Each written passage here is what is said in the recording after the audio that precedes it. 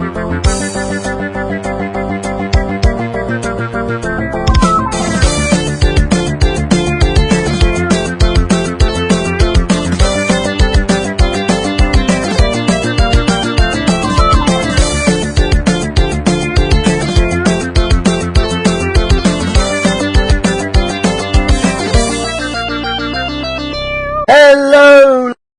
and welcome to another episode of I Got Gameplay.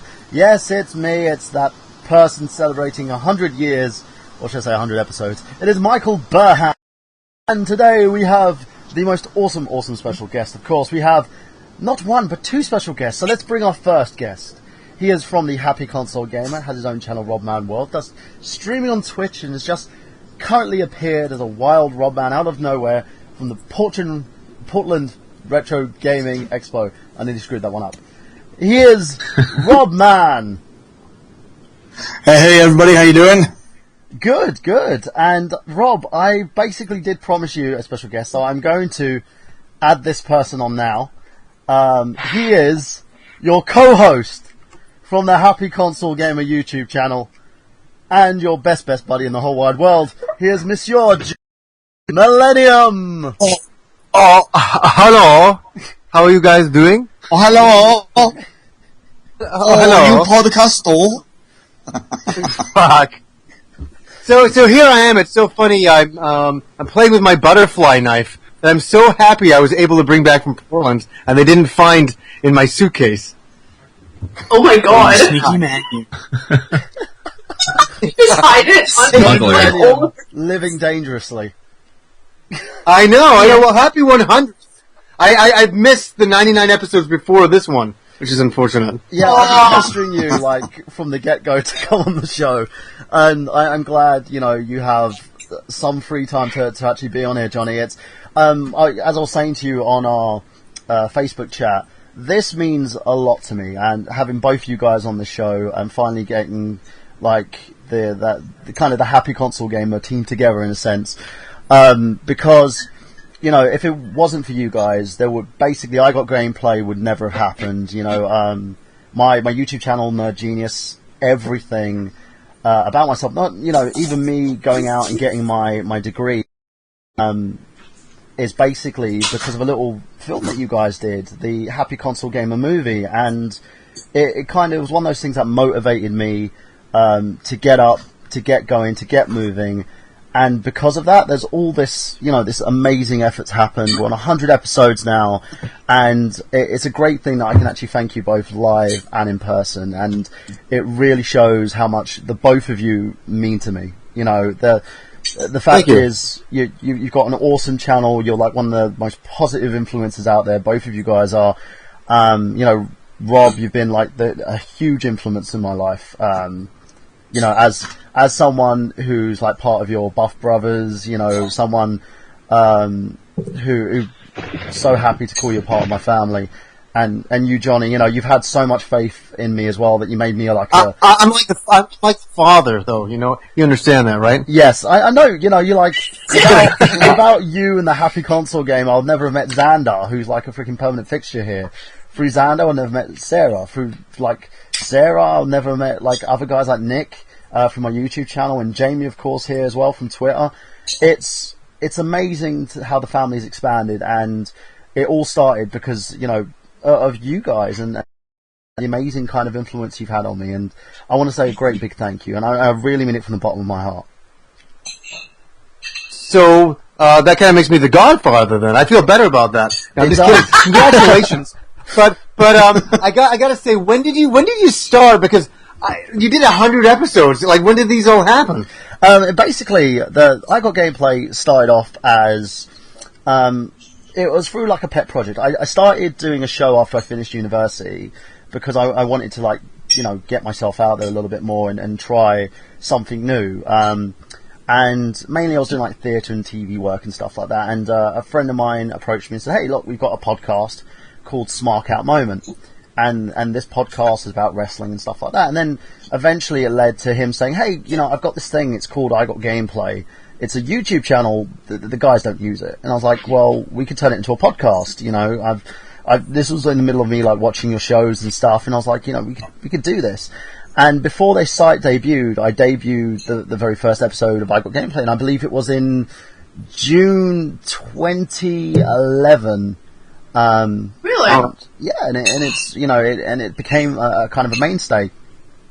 The hosts have changed because people have come and gone, personal lives and such, and joining other networks and bits and pieces. But the show still continued, and it's still continued because there's a huge passion there for gaming, and it's one of the kind of the influences that I got from your channel at the same stance. It's basically I talk about stuff I'm passionate about. If it means a lot to me, if there's a story behind it, if there's something like a journey that I want revisited, we about it. And it's the very first show I think we did, which was Suda51.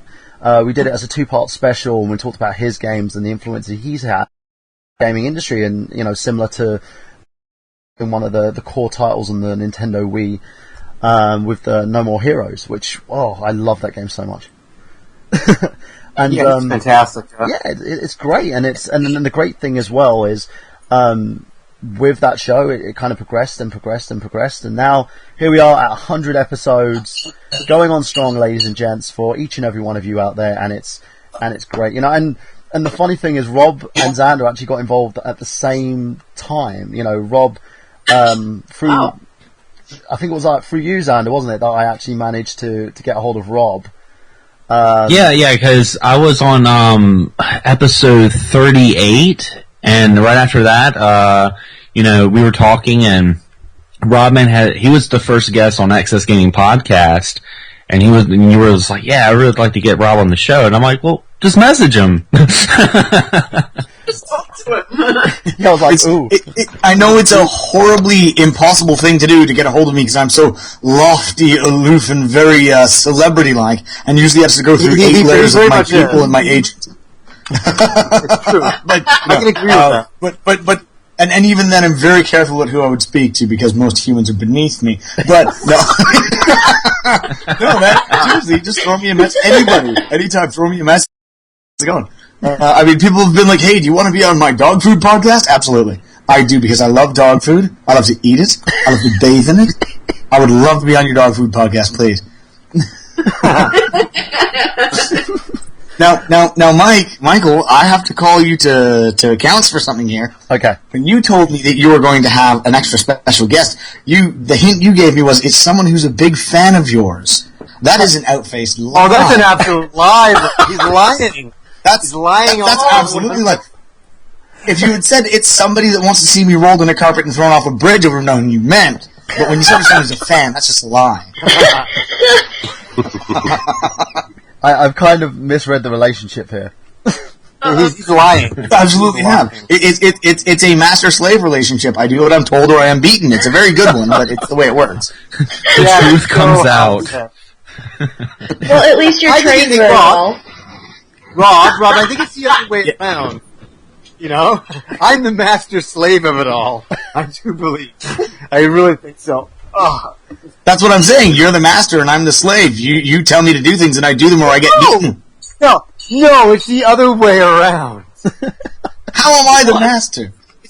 It's an illusion because you come over, as you know, you're the talent. You come over, you say a few words, and then, you say a few words, you get back in your limo, you take off back, and I sit here in the darkness, toiling, doing it all. Who's the master slave here? I'm serious. I want this. I want a physical recording of this for future use because that's the only time he will ever say that in public. Well, I remember. Especially the part where he said that I'm talented. I know. Yeah. Hey, I always say that. Okay. But it's funny that in the Halloween special, it's we can't talk about it until I hope it's up tomorrow. I got to go and do a bit more work on it tonight. Rob, I'm still working with Kyle on it. But a steak man tonight. Shit. Yeah. So yeah. So I think everybody will enjoy the relationship that me and Rob have in this Halloween special. That's all I'll say. Oh, I think that's the best I can say. Sounds good. It is absolutely. It is indicative of our friendship and how it has always been. It's amazing that way. It's amazing. It really is. Well, speaking I of... can't. I think... Go for it, Mike. Well, speaking of the fact that I was basically going to say that the show kind of has a subcategory of gaming moments, what was like the biggest moment in your relationship with the two of you? Because I know you've told loads of stories on the Happy Console Gaming channel about you guys and kind of your eventual meeting and stuff. Wasn't there like one big polarizing moment that kind of went, yeah, that guy's alright? I think it was the night that we had sex. It was like we drank a lot of beer, and Rob, I don't know what it was in the haze. We were smoking a lot, and out of the haze, I saw this guy then with hair, and it's just that was the moment, you know. Heard that saxophone music playing in the background as my slight wobbly beer belly wiggled towards him with my You pale didn't have a flesh. beer belly then. I'm not attracted to you now as I was then. I'll say. and he was unable to resist my charms. No, but hey, Rob, yeah, I couldn't resist. But what I would say, wouldn't you say that for me and you, I think the moment was when we were sitting down and you brought over your Nintendo and we would put on The Legend of Zelda and we both had a beer and we both went, oh God, is this ever, oh man, the memories. And I think it was a kindred spirit. It was just somebody that I was like, wow, somebody else is an idiot like me. It was like, it felt fantastic. Like somebody else, I'm not alone, you know? It was cool. This is very true. We hung out a few times prior to this, but it was one of the first times we were hanging out in the evening, and we were having some beers and a couple cigarettes and whatever, and then, yeah, you put on the game, and then we were playing, and we put the controller down, and just let the music play, and both of us just sort of wandered off into this haze of nostalgia, and then we both realized, hey, he's doing it too. And that's the thing. Yeah. It was the first of what we have called our nostalgia nights, and we tried to plan them, and they never worked that way. It's just some night randomly. You'll pull out an old game, you'll be drinking, and you'll be in just the right mood. It's just the right level of alcohol, the right feeling in your soul, and all of a sudden you'll just start waxing nostalgic over these games, and you'll play the music, and you'll play a couple of levels and pass the controller back and talk about where you were in your life when you first played it and how amazing those times were, and it becomes this life-changing event. It's unbelievable. And yeah, I think you're right, John. That was the first one. Yeah. That was it. And also that we bonded over anime. I thought you came over that time, and it was just like, you were interested, and I was really into it. And it was really cool for me to be able to share a lot of the stuff. It's not, having a bunch of stuff doesn't matter, but when you can share it with a friend, that's pretty cool. And they're like, they're appreciative, and they're like, this is cool, I want to see all this stuff. And it's like, yeah, let's watch all this stuff, and we did. And that's a whole other thing as well, yeah. Opened my eyes to so many awesome shows. Legends of the Galactic Heroes is still a big fan. Yes, and then there was something called Macross, I think. Yeah, it's called Across Frontier. Wait, that's not Robotech? I'm just kidding with you guys. I'm just kidding with you guys. Captain Tyler was one of the first ones as well, and Gundam 0080, War on the Pocket. Yeah. Just so many. It's called War on the Pocket. It's War on the Pocket 0080. It's funny, when Hansa was here, he had like a couple of weeks left, and he's like, I said, what do you want to do? And he's like, I want to watch this anime, and this anime. And there was like Gundam 0080. And Rob, we sat down one afternoon, and we watched all the 0080. It was awesome.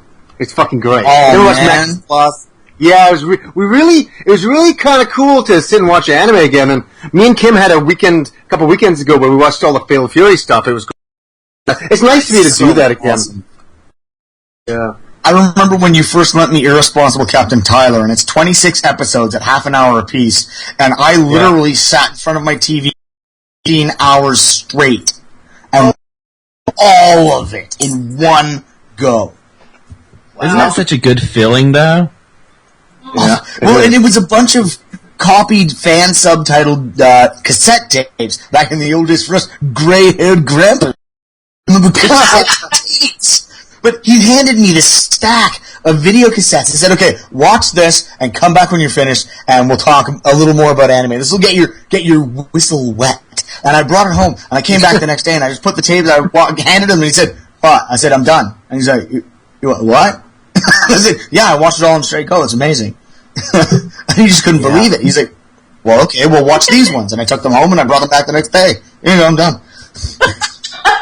We just kept going like that for a long time, for sure. It's funny, Rob, that you brought a lot of games to that I hadn't discovered, per se. And I think that we were really giving each other a lot of back and forth. I remember when you brought over Bomberman. That was a legendary experience. I was like, I knew what Bomberman was, but I didn't experience Bomberman until we hung out. I was like, holy shit, this is huge.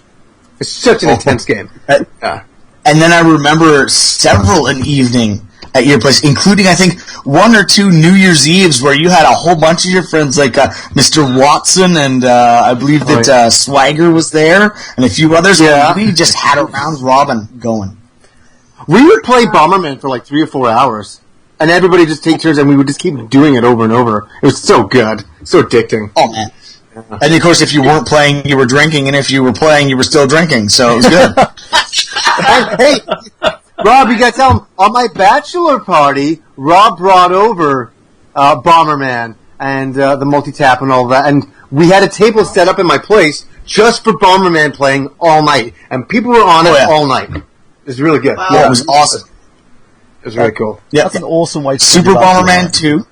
Oh, sorry, go ahead, Mike. That's an awesome way to spend your bachelor night. And by the way, I've got a question for you after this, because one of our lovely fans here basically wanted to ask you a nice little quick question for the two of you. Oh, cool. So yeah, roll it out. What do we got? Okay. David Haffey says, has Rodman and Johnny ever gotten into a serious fight over anything? Oh, fuck. I don't think we'll get into it, but we had a disagreement quite a few years ago where we didn't talk for a few years, and it was really hard for me and Rob during that time. We didn't like how it happened, and all we'll say is that we had a sit down years later. We met up again, and we kind of had a criteria of like, let's never let this happen again, no matter what. And because it was very close to never talking again. It really was. Because I've had fights over. Was it over Xander? Because I've had fights over Xander all the time. Yes, of course it was. It was a time warp story. I'm walking down the street and I'm going through this temporal vortex, and I see Xander, and I get suddenly angry. And no, I don't know. I can't. But no. It was just over something so stupid. It's so dumb that I won't even talk about it because it's so dumb. You know what I mean? It's really that dumb. And people, an important life lesson to learn from our fail is this. The biggest fights you will ever have in your life will be over the most stupid things, and if you step back and really look at it, you'll have to shake your head and go, why the hell were we that angry over that? I mean, it's not like it was about world peace or nuclear weapons. It was something really stupid. And years later, we look at it and we laugh now because we were idiots. So don't let important friendships end. Yeah, and Rob? You know what's funny? There's a few systems and things that we weren't around for, and I'm like, I'm kicking myself now, going, man, I wish we were hanging out then, so we could have experienced that. You know what I mean? I'm mad. I'm mad about a few of those years. I'm not mad at you. I'm mad at both of us that we let that kind of go by. It's so stupid. I know. It's so heartbreaking. But we did a lot of catching up over the years. So. Yes, we did. Yes, we did. I've got another question for you, Rob, man, from Cramp tonight. He asks, do you even lift? Because he's looking a little puny these days. Tell you what, Crampton, the most lifting I do is with my massive 12-inch cock. But if you want to come over and find out, you're welcome to come on over. And Crampton, yes, I'm going to start streaming again soon. So, you can just insult me in person next time. No, I did fall off the wagon for quite a while, but I'm back on it now, and I am going to get back into getting my pomp off. There's another one from David Happy. He says, life after high school, how did you guys manage to afford your games and whatnot? Oh, very, very. We would penny pinch our money together it was ridiculous. But you know how it is, and Robbie can definitely chime in here. We wouldn't get games every day. We got a game every 4 months, and we rented a lot. Hey, Rob, remember that? We rented a lot. Oh, then. dude, renting was the number one way, and if a game really blew our minds, we found a way to just, follow the three-step program of beg, borrow, and steal in order to get it. But for the most part, it was rentals and playing games that we already had. Or, of course, the fact that I got my dad addicted to the Sega Saturn helped us quite a lot with that system. Hey, I loved it when you said in the panel, it's just a waiting game. It's funny, man. I like that. All right. Well, that's when in the next couple of weeks, the entire panel that we had in Portland was recorded, and Johnny's going to get that up on the Happy Console Gamer channel. You guys have to check it out. It was amazing with Alpha Omega Sin and Johnny and I. It was just such an energetic panel. The crowd there was so good, and there's some funny moments, and that's one of the best. But you guys have to check it out. I don't want to ruin it for you. We had the entire crowd chanting. I mean, that was unbelievable. I've never been a part of anything like that. It was really something else. It was really something special. Definitely a highlight of my life before. Sorry, what's that? I'd say you guys are famous now, I guess. You know what was really weird, Rob? I'll say the story, you can chime in again as well, is that we walk out of the panel, and I did a panel last year, walked out of the panel, and there's this table set up for us. And I'm like, what the hell is this table? And even Alpha Mega Sentinel gave me like, what is this? And we all have like name plaques. And we're like, what is this? We have name plaques? And then there's like, yeah, no, there's water set up and there's pens, and I'm like, what is this? And as soon as they said that, I looked down, and all the way down the hallway was a lineup of people, and around the corner to see us, and to get stuff signed. I'm like, what? We're doing a signing? Like, when the hell did this happen? And I was so hot off with it. Sorry, go on. I walked out that door, and I didn't see the table. I just saw this big crowd of people, and then I sort of glanced at the table and went, something good's going down. So I started running down to the other end of the line. And the lady that, remember, John, the lady that was like the security lady there? She grabs my arm and she goes, where do you think you're going? And I said, I'm going to go find out what this is for. And she said, no, you can't go down there. I said, what do you mean I can't go? I'm not allowed to get in line for this? And she said, no, you can't, you can't go down there because, you have to sit at the table because these people want your autograph.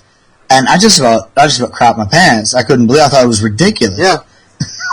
Yeah, we, like to sound like, not to sound funny, but I was kind of, Rob, you can talk about your feeling. For me, and I'm meaning it in the most humble way, I felt embarrassed. I was like, these people want to get, they want me to sign stuff? Like, what the hell is wrong with these people? I was thinking, like, really? And I couldn't, it was so hard for me to, and then all of a sudden, I'm sitting at the table, and these people coming up, and it was like, and it was so awesome. It was just, wow. Yeah. Something else. Didn't expect that. Yeah. Well, we've got another question for you guys here from Media One Okraman. It says, hey, Johnny and Rob, I just want to say I love your work. Before you got successful, by the way, with the channel, was there any time that you felt like you just wanted to give up and quit? Yeah.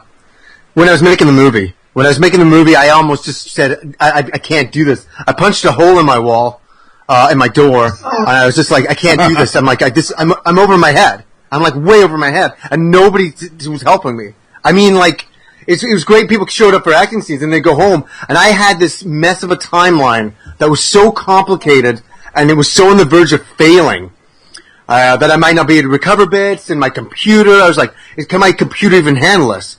I mean, it was really nerve-wracking. And I was doing the podcast every week, and I was trying to do the show all the time. And I mean, like, it was way too much. I mean, that's when I stopped doing the Alternate Gamers podcast because something had to go, and it had to be that. And I even rushed the movie at the end a little bit because I had to get finished because I had to leave it. I was so going insane. So, yeah, I don't know if you had a moment, Rob, but that was mine. Maybe when you had kids.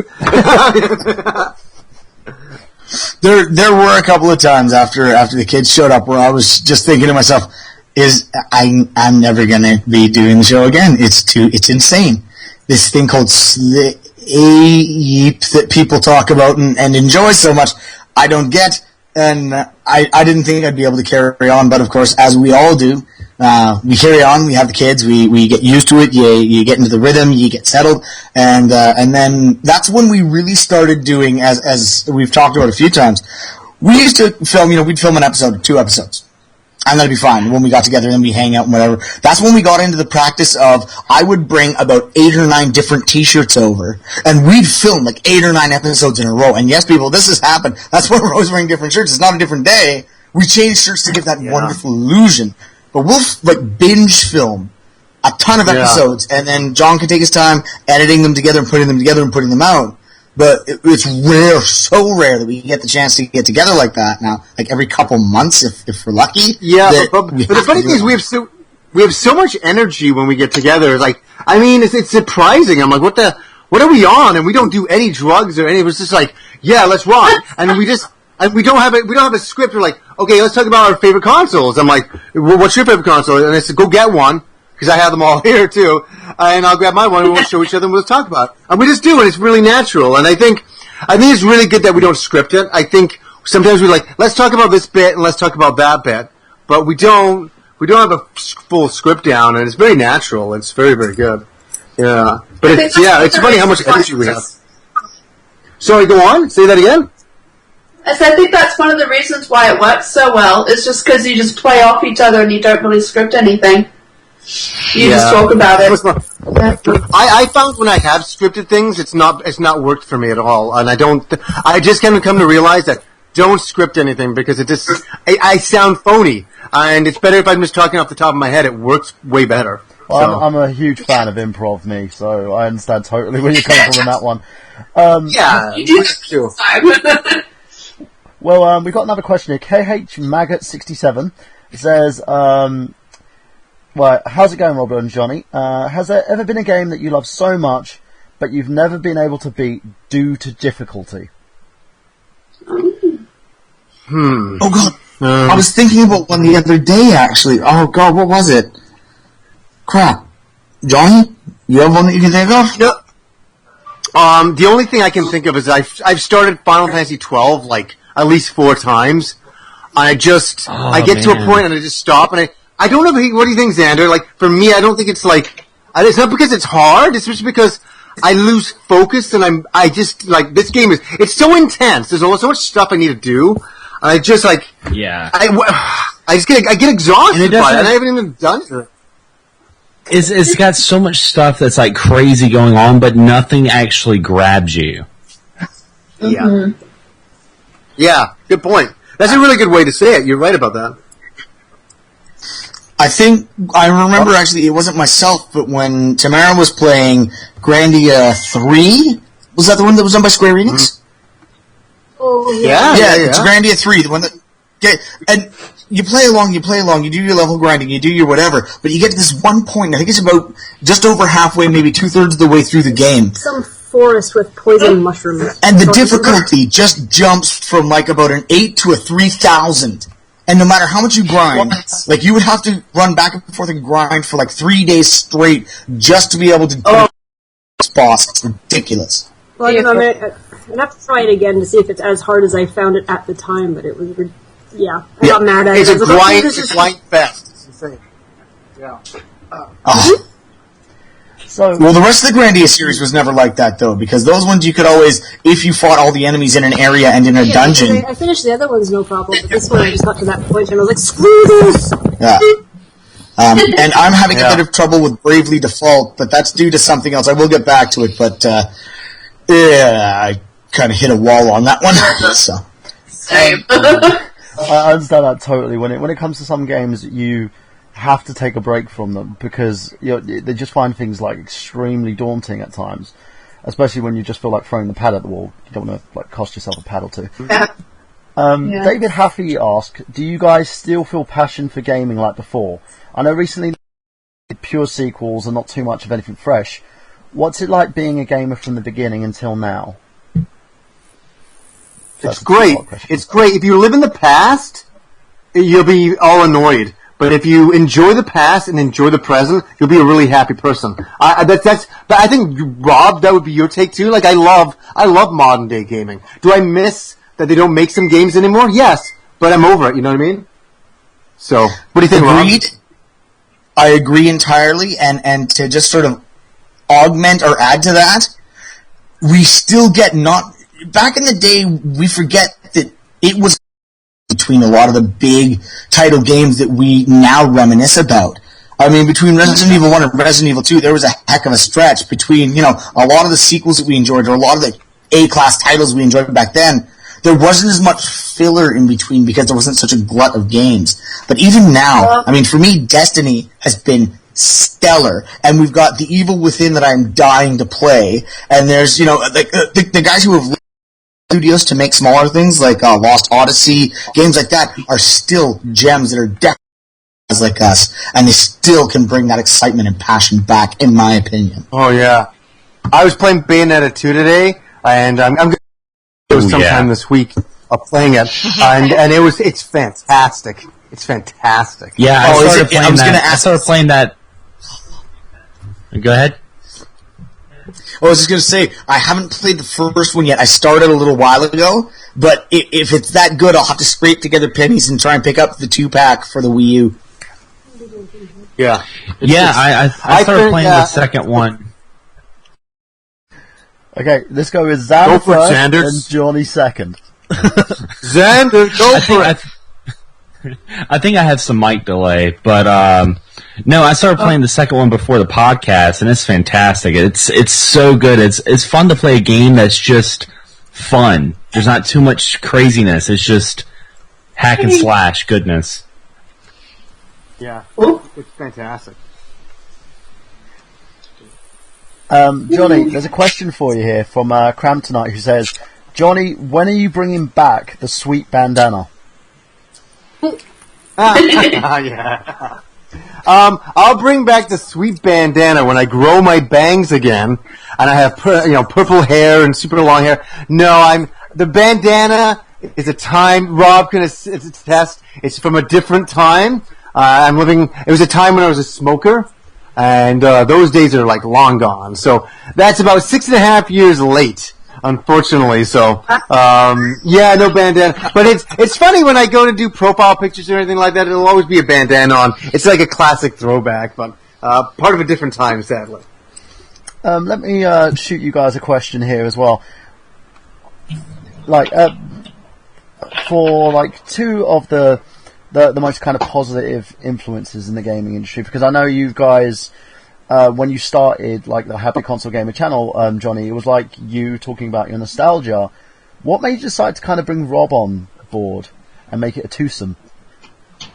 Oh, it's funny. I talked about it in the panel that we did. Is that I was doing it and I felt okay at it. I didn't feel 100%. I didn't know what formula to do the show in yet, and I'll just do it. And eventually I'll figure it out.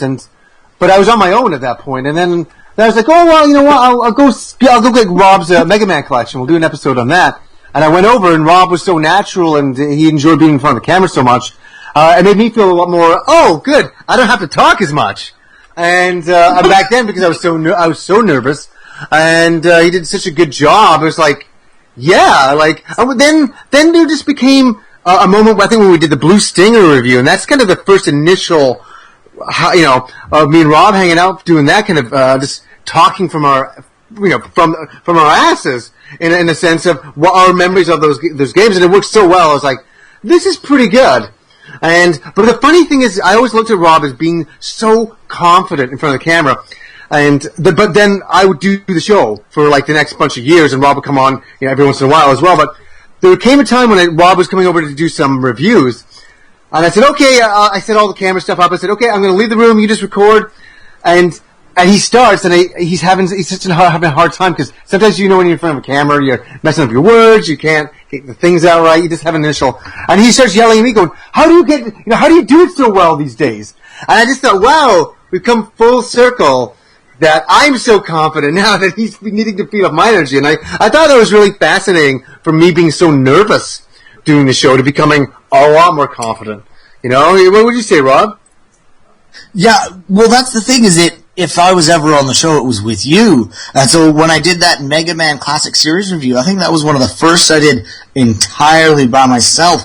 And yeah, I had a lot of trouble getting into the headspace of doing it alone. Because often bounce off each other, and then if one is about to falter, the other one just sort of naturally swings in and picks up, so it just gets so flawless. But on your own, there's no one there to catch it, so if you start to really go off the rails, you're screwed, and you got to start over and kind of.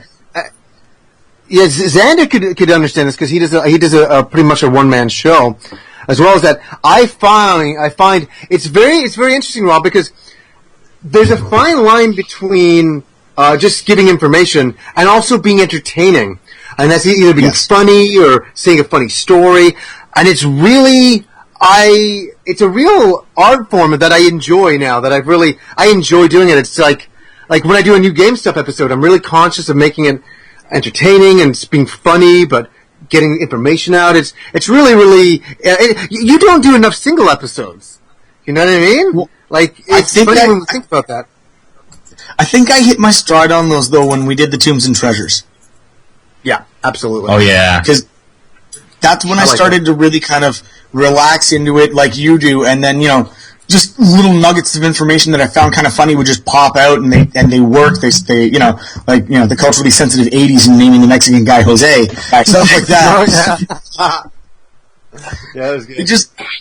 And it just sort of, so I know where you come from now, but it does take a while before you can find that space in your head. And it took me quite a while. With two people, I was always way more comfortable. By myself, it took some time. Yeah, because you can't. Well, I had so much time doing the show. Sorry, go for it. You had the other person kind of pick up the slack a little bit. I can understand when it comes to stuff like that, because when you've got more of a kind of an eclectic cast, you've got people that can always pick up the ball when someone kind of drops it. When you're on your own, you're like, crap. Unless I'm good at editing, I'm screwed. Yeah, you have to Yeah, go ahead, John.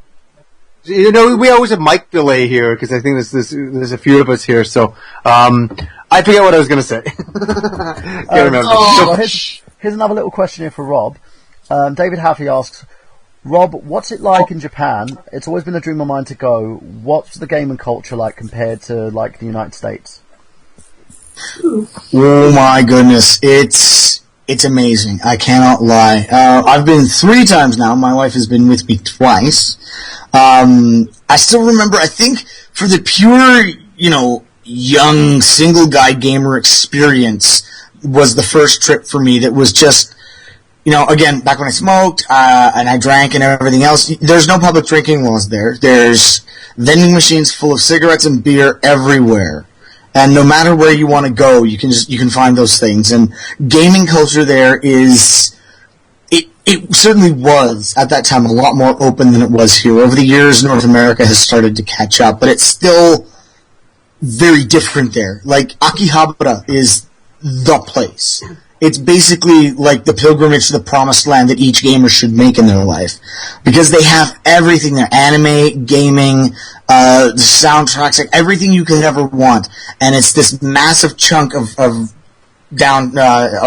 Tokyo that's all electronics and gaming shops. So that first experience there was walking out of the train station by myself and looking around, and there were it was a Saturday, so they had all the girls in the little skimpy outfits doing all the demos for the electronics and trying to get everyone's attention and yelling and shouting.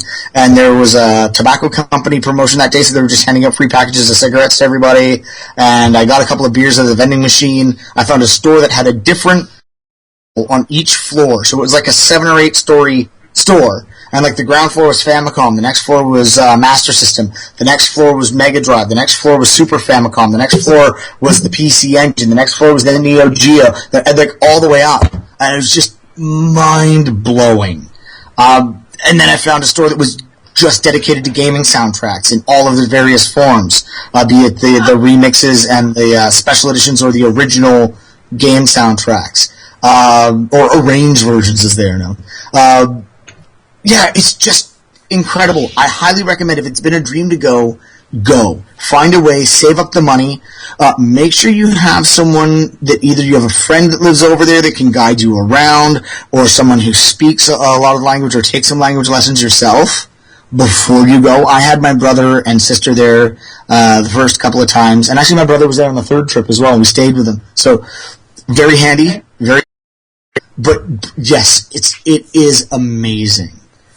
It's another question for the both of you here. Brandon Mueller asks, Johnny and Robman, what's your favourite RPG series? And Johnny, you can't pick Ease. Fantasy Star. That was easy. Yeah. Like, next question. Shadow Hearts. Shadow Hearts, Yeah. absolutely. KH Maggot 67 says, does Johnny and Rob have a PO box for fan mail or gifts? You know what's funny? Our PO box got closed down because our post office that I would normally go to closed down and moved far away, like further away from me. So I need to open up another one. So eventually I will, but it's a big expense. So it's like $275 for a year. It's like, I almost can't justify the amount of stuff that, people would want to send for that price. It's, you know what I mean? So right now we don't have one. In the future we will get one again. I'll get one again for sure for us. Cramptonite says, what movies have you seen lately that you have really enjoyed? And that's asking everybody on the panel here. But I'm going to focus that on Robman and Johnny at first. What's the favourite movies that you guys have enjoyed? Go for it, Rob. Wow, I'm trying to think of what recent movies we've actually seen. We haven't been able to. Okay, we rent movies. So Guardians of the Galaxy we did see in the theater and blew my mind. Loved it. It was the fun, actiony, eye candy effects comic book movie. We watched X-Men: Days of Future Past last night, and that was quite good. Although I'm like the most easily satisfied movie guy in the universe. Like, it's ridiculous. If it's 2 hours, that's not my life, I'm happy. I'm good. Yeah. I want to be taken away and enjoy something different for a couple hours. But I think was there anything else you can think of that was really mind-blowing recently that we... You asked me to remember something. How about... A lot of Doctor Who. We've been watching a lot of the Doctor Who series, not movies, but... Yeah, I've been binging on Doctor Who a lot. Yes. Yay! I think... Castle. We've been watching a lot of Castle. Yes, and Castle, which is another TV series we binge on a lot. But for movies, yeah, I think that's about it, really. I think just to get mine out of the way, and it's kind of a Halloweeny movie, is Troll 2. I had never seen it, and I had my mom over. She was visiting us for a week and a half, and it was so funny. We had decorated the whole place in Halloween stuff, and I'm like, I'm gonna get Troll 2, and I ran down to the C&L, it's a DVD Blu-ray warehouse from us, and I picked it up, came back. We cracked Rob, that's when I cracked my first pumpkin ale of the season. And, I watched, we watched Troll 2. I watched Troll 2 with my mother, okay? And my mother loved it. My mother thought it was the coolest fucking thing. She's like, oh, that's bloody horrible. But she loved it. Yeah, so that's... Oh, actually... I also did introduce my boys to Goonies today. So my sons watched Goonies for the very first time with us today. That's cool. Did you like it? Cool. Yeah, I liked it. Yeah, Oren loved it. Mini-Man loved it. Micro-Man really wasn't aware of anything different going on. He just played with his toys and wandered around. But Mini-Man definitely loved it. Yeah. Anyone else? Movies? Xander, Nick, anyone? We still got into the Galaxy again recently. We also saw The Book of Life, I think last week. That was pretty good. As for TV shows, I've been binging on Legend of Korra and Doctor Who. Just whenever they're on. We finally caught up. Xander, what about What you? was the first one, Cora? Sorry. The movie I can think of that I really enjoyed in theaters was actually Godzilla. I'm a huge Godzilla fan, and man, I really loved it. I really loved it. Did you really? I didn't like it at all. Thank you, I Johnny! loved it. Thank you! High five! I'm not the only Well, one. hey, no, Xander, let's talk about this for a second. I'm not like, if you enjoy the movie, that's wonderful, but for me, I went down with Kyle and Hanzo and another friend of ours, Tarek, and we went down to see it. And I think what I didn't like is I didn't care about the characters themselves, and I didn't see enough Godzilla. All I want to see is Godzilla fucking shit up. And there's a whole bunch of people that, I mean, you remember the guy that he didn't even dispose of the bomb at the end? Like, what was the deal with that? Yeah, there was a lot of plot holes, but it is going to be a trilogy, and all I can wait for the second one, because the second one's going to have Mothra and Rodan, and I think the third one's either going to have Ghidorah in it. So the second one is where all the action's going to come in. This was like pretty much an introduction to the new saga, the legendary saga of Godzilla, and I was just, I don't know, it kind of made me feel like watching those old movies, kind of like Alien, where it kind of just, it kept hinting and kept pushing, and then by the time you saw the kiss of death, you're like, holy shit, this is the movie I wanted to see. But I love that. I love that Godzilla and my Godzilla. Yeah, the thing that got me, I love the Asian guy who all he would do is go Godzilla. You know, like oh my god, I hated that bit. Poor Ken Watanabe just going Godzilla. That's all he did in the entire film. Godzilla. Yeah.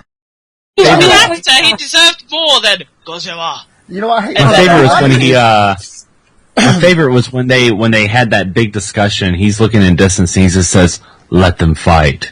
Yeah, but this is all trying to blow everything up, right? And basically trying to kill everything and going, "Oh, the military didn't work. Let them fight. It's okay." Yeah. We had a bit of fun. But honestly, if I a movie that was very surprising that I really enjoyed was actually the Ninja Turtles movie. Really? Have you guys seen that yet? Oh, I've been avoiding it like a plague. Oh, I've been avoiding it. It's actually not too bad. It's not Really? perfect, but it's actually not too bad. Better than Turtles 3. Just saying. Yeah, no, I'm not doing any Ninja. Hey, I can't stand the Transformers movies. I'm not getting into the Ninja. I just don't want to see it. I just don't. I watched the first Transformers movie and I hated it. I'm done. It's over. And I try to watch it, but the other ones are terrible. Oh, I agree. I can't stand Turtles. Won't watch Turtles. You'd have to pay me to watch Turtles. As in, same here. Cinema. I might rent it, for free. I still don't want to see it.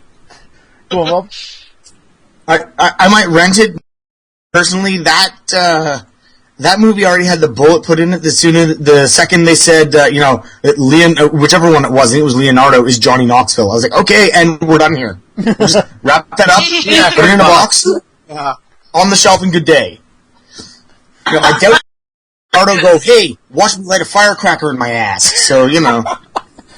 And I hate him, but I don't want to see him in a Ninja Turtle movie. Doesn't make any sense. Exactly. Don't do that. You know? Yeah, I agree with you guys on that one. Now, going forward for the questions, what I want to do is I want to throw some questions out to our panel here first before we go back to the questions on the live chat. Hey, Michael? Yep. Michael, I hate to interrupt you, but I think Nick has been dying to ask a question, and That's I really... exactly the reason why I'm going to do this. I'm going to throw it at Nick first, and then take it through the rest of the panel to ask some questions. So, Nick, take it away. Well, actually, it's not a question. Like you, Michael, I want to say a thank you not only to Rob, Man, and Johnny, but also to you and the entire cast of IGG, because without you guys, without the shows, days of my life would be boring and sad and depressing. And if it wasn't for Rob, Man, and Johnny, I wouldn't have met Michael. And I was actually introduced to HGC by Splatter Trigger. So I owe all of you guys a big thank you, no matter how long I've been on the show. Thank you guys very much. I appreciate the happiness you bring into my life. Oh, thank you, Nick. Wow, that's really nice, dude. Yeah. Oh, thanks, man. That's lovely. Yeah. So, Okay, group sex time. Way ahead of you. The pants are already off. That would be very weird on Skype. You'd have to be really specific. Well, You're aiming it at. Rob did that start.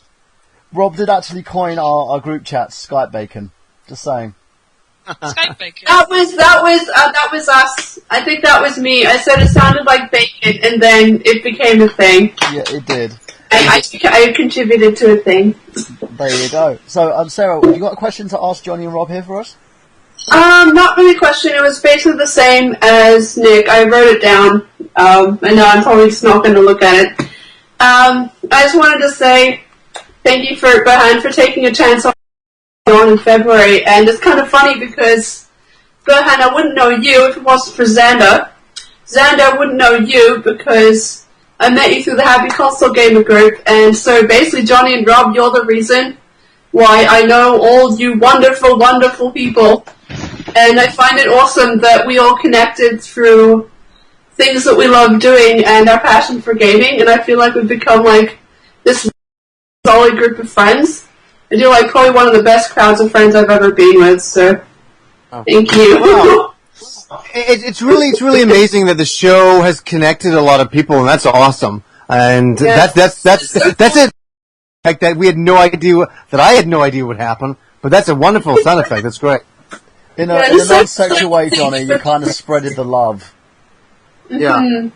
Yeah. One day we'll all meet in the same room. I promise. One day. Yeah. Don't worry, I won't be there. Don't worry, I won't be in the room. I'll be at the pub, thank you. Yeah. Okay, we'll be at the pub then. We're all gonna go down, have a beer or whatever. That's gonna be a stalking show.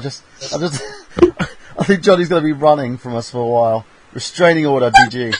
That's pretty true. Jamie, have you got a question for Robin and Johnny?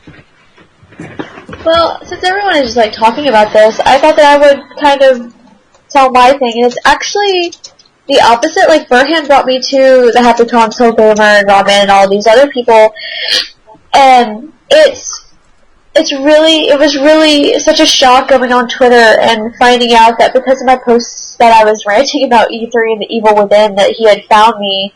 Because at the time, I was at a really, really low spot in my life. I have a heart and a muscle condition, and it was basically the past year has been me finding out that I could more than likely never do what I wanted to, which was acting. I could more than likely never be on the screen and be everything that I wanted to, and because of the fact that if I do just a little bit, I have to recuperate for 3 days. And so I love video games, and video games actually help me get through that because I can't really play the games myself because I have comprehension issues. Like, I can't focus on it, and so I have to watch playthroughs online. And watching these playthroughs has helped me get through so much, and that brought Burhan to me. And this entire family of people has helped me get through so much. My confidence is through the roof. I feel so good about myself, and now I don't care if I have a disability anymore because I have all these friends, and I have a YouTube channel now that, you know what, if it doesn't get anywhere, I don't care, but I know that my friends enjoy hearing my opinions, and I enjoy talking. Burhan knows that. Yep. And and then he's brought me to all these other people and all these other channels, and I think that I got gameplay, and Burhan himself, it feels like it's given me a purpose. Well, that's wonderful. That's really nice. Oh, I So I just wanted to thank my whole big happy family, all of you. Hey! Oh. Inspiration to us all. Well, and Johnny. Have you got a question for Rob and Johnny here? I guess, let's see. I have to ask this simply because you guys mentioned Resident Evil. What's your favorite game? Because I love Resident Evil, so what's your favorite Resident Evil game? 2. Yeah. 2. Alright. We're hoping for a remake. 2 was so... Yes. The first one was really hard. Sorry, go on, you talk. Go. Making a Resident Evil 2 remake, but it's not original for the consoles yet. So far from what I can tell, it's just a fan remake on PC, but there is some sort of remake and high definition remake in the mix, if only from a fan's perspective.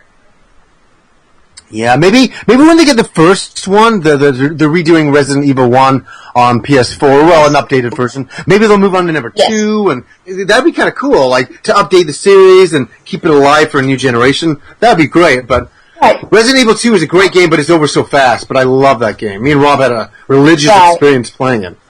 It was a real life game changer. No pun intended. No pun intended. So what was the kind of experience that you guys had? I'm fearing that this is going to turn to a sex session. I'm sorry, what? You tell it from your side, John, and then I'll tell my side. Are we talking? So, we talking about Resident Evil? Why? Yeah. Resident Evil 2. The experience that was so amazing. I think. Well, the first, as I said, the first game was very tough, and I was very bad at it, and it made me feel stupid. But the second one was way more. It felt more like arcadey. It felt like more like a run and gun, which it was, but I had to conserve my ammo and be very, very careful. And that's where the whole survival horror thing really started to be much more easier for me to understand in the second one. And the atmosphere of that game was something else. And yeah, I just wanted to go to the end. Rob, you go for it. I remember that while we were playing it, I bought it. I was working at a cafe at the time in a mall up in Vancouver. And so this is when I actually had a bit of expendable cash. I went on the way to John's place after work and stopped at the local EB that I always went to, and they had just released both Alundra and Resident Evil 2, and I picked them both up, and I headed over to John's house, and I didn't even go home and play it first. I went straight to his house, cracked open Resident Evil 2 there, and we put it in together. I started playing it, and I think it was about maybe 15 minutes in. And John was like, okay, turn it off. No, turn it off. Get in the car. I'm going to go and buy my own copy. And so we got in the car and went to our local Willow Video Games. And he bought it and brought it back. And then that was the one at Scott and at 72nd and King George, eh, John? Yeah. A good classic one. And then I got my Nomad there. So we get back, and then I went home, and from that point on, every night, we were on the phone. Where are you in the game right now? Oh, I'm over here. Where are you? I'm over here. And we were talking. I was seeing a girl at the time, and yet I'd be at her place supposedly spending the night, but it'd be like 2, 3 in the morning, and I was on the phone with John. She was asleep in bed, and we were playing Resident Evil just playing on the phone. I was like the other girlfriend. It was really funny. He's like, I got to keep it down because she's sleeping. The other woman. Okay, no problem. And I was like, but I'm in the secret lab right now, and oh my god. There's zombies. The best thing is, I'd be sitting there late at night, and I'm sitting and the phone rings, and I was living at home at the time, obviously, and so I had to grab the phone real fast, so I didn't wake up my parents, and I grabbed the phone, and I'm like, hello? And all I hear is this, and I had a weird moment. Where I was a little bit hungover, and I'm like, what? And he's like, hey, I'm like, oh, fuck, dude, that was awesome. You totally, I'm fun, because I was so into the game too. I was just, it was so unique and brand new. It was like a whole new genre that we were playing, and it was, God, yeah, that was good times. I forgot I used to do that to you, but I did that all the time when we were playing that. I know. Yeah. Forgot about that. So let's go to Anina. Anina, what's your question for Rob and Johnny? If resources weren't any issue, what would be your absolute dream to do with your channel or your empire, or what would be the absolute dream? And sorry, this has been asked before. Oh no! I think me and Rob have talked about we'd love to do this for a living, but it's just not feasible at all. But we'd love to have an office or a studio where we could go every day and just play video games and talk about them all the time, like a channel where we're doing news every day, and because we love video games that much, we have so much energy that we could do a show every fucking day if we didn't have to work our day jobs, and we have to work our day jobs. That is the reality. This is fun stuff we do on the side, and I think people think, oh wow, when you get to 87,000 subscribers, wow, that's the money tree, or oh, you guys are probably rock and roll. I'm telling, it isn't at all. No. Basically the channel pays for my gas, and I can't even afford a P.O. box, so it's not doing extraordinarily well. But it's not a measure of success that way.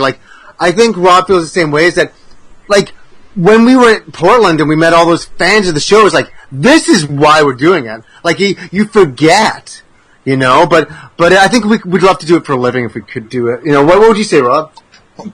If money was no object, absolutely. We've daydreamed about this a lot. That my day to day would be up at 6, straight to the gym, work out for about 2.5 hours, straight into the studio, sit down with a cup of coffee, we'd chat, play some preview copies of games that we would have just to check out, and then we could sit down, do a good, I think we'd probably do like an hour and a half episode every day that would cover like gaming news, reviews on new games, some of the retro stuff, and some just sort of, you know, other than gaming stuff like comics, music, whatever we're into. Then we'd both sit down and recorded. We'd both edit together episodes on side-by-side editing stations, and that'd be our day-to-day. That'd be like every day, and we'd upload episodes every day. That would be the dream. And then, of course, to be able to make more Happy Console Gamer movies with actual budget. Yeah. Well, I'd love to do the second movie. Like, the second movie I'd love to do. Like, it's just, it is so cool of a concept, and, we had plans to do it, and it's just like, I don't know if I want to go down that road again. It's just too much to take on. It's way too much. Because it takes 2 or 3 years of your life. And I'm not doing that. I'm not punching another hole in my door here. Easily. So that'd be a dream, just to do the show for just every day. Where did the majority of the budget for the movie go, Johnny? Fixing my door. This is the door. Hey, let me tell you this: the hole is still in the door. I'm just like, man, if I ever sell this place, I have to replace the door now. It really, that was such an incredible night. I was planning to get so many people over and to do this one big thing, and then this person canceled, and I just fucking ran and I just started punching the fucking door. I was just like, fuck this shit. I got the enthusiasm. I can't make it happen. No matter what I'm trying to do, I can't make it happen. And that's where the frustration was. So we're going back to the punching the door again. Well, you can put the DVD inside the door and just leave it there. Like this, the hole was because of this. And just leave them a copy for the new tenants. This is from the serial killer trying to come into this room. But actually, Rob, I wonder, when we did that PT episode and you had to keep on coming into the games room, was that a hole in the door? Do you remember? Is that in the video that this is a hole in the door? Isn't it in the back isn't your poster covering the hole in the back of the door? I'm having a look here. The door's right here. Oh, no, the hole is in the door. Yeah. The hole is what? It's in the door. I know it is. But I think when you walk over the door, you cover it. For those of you just joining the podcast, he said the hole is still in the door. We don't know why. It's just there. Yeah. That is true. Oh my goodness. Wait, let's go to Xander for another question. Xander? Well, I think I'll keep the tradition alive with all of us. Before I ask the question, I do want to say thank you guys for being on I Got Gameplay with us, and Rob Man, firsthand that if it wasn't for Rob Man, I wouldn't know what to call what I'm doing right now, because it was actually Rob Man who came up with Excess Gaming Podcast. He's the one that came up with that. That was on the Happy Console Gamer group. And, I'm glad you guys are on, but the question I wanted to ask, because I'm a big tea drinker, what are your guys' favorite flavored tea? I got, I'm so British that I got my Doctor Who mug here, and I have Tetleys in it. I have always drank Tetleys. That's what I drink. Always. Okay. You have milk in it, like Brits do. I am Brit. I am a Brit. I just don't have the accent anymore. I'm from Yorkshire.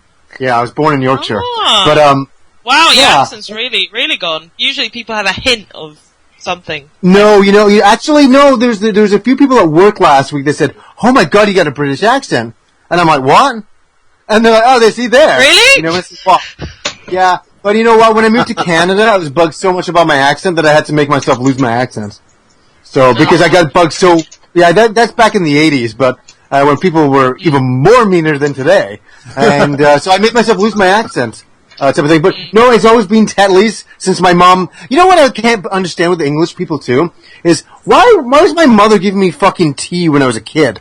Like, wiring me up. Like, what is this shit? What kind of crazy stuff is that to do? in Finland, my grandma made this horrific concoction called silver tea, and it's hot water, milk, and sugar. It's pointless. And she'd always go, "Here you go," and I'd go, try to gag it, drink it, because my grandmother's terrifying. So I'd try to drink it, but it was the most revolting thing. Bloody awful. It's like tea without tea. Yeah, it's tea without tea, basically. So basically, water and sugar. It's like, I went to the war, here's what we had. Okay. When I was young, we didn't have tea, we just had water and sugar. Yeah. Luke, yeah. And milk. Cold water Don't and sugar. forget the milk. Well, I'm European. No milk in my tea. Milk in tea is just wrong. To me. Just feels wrong.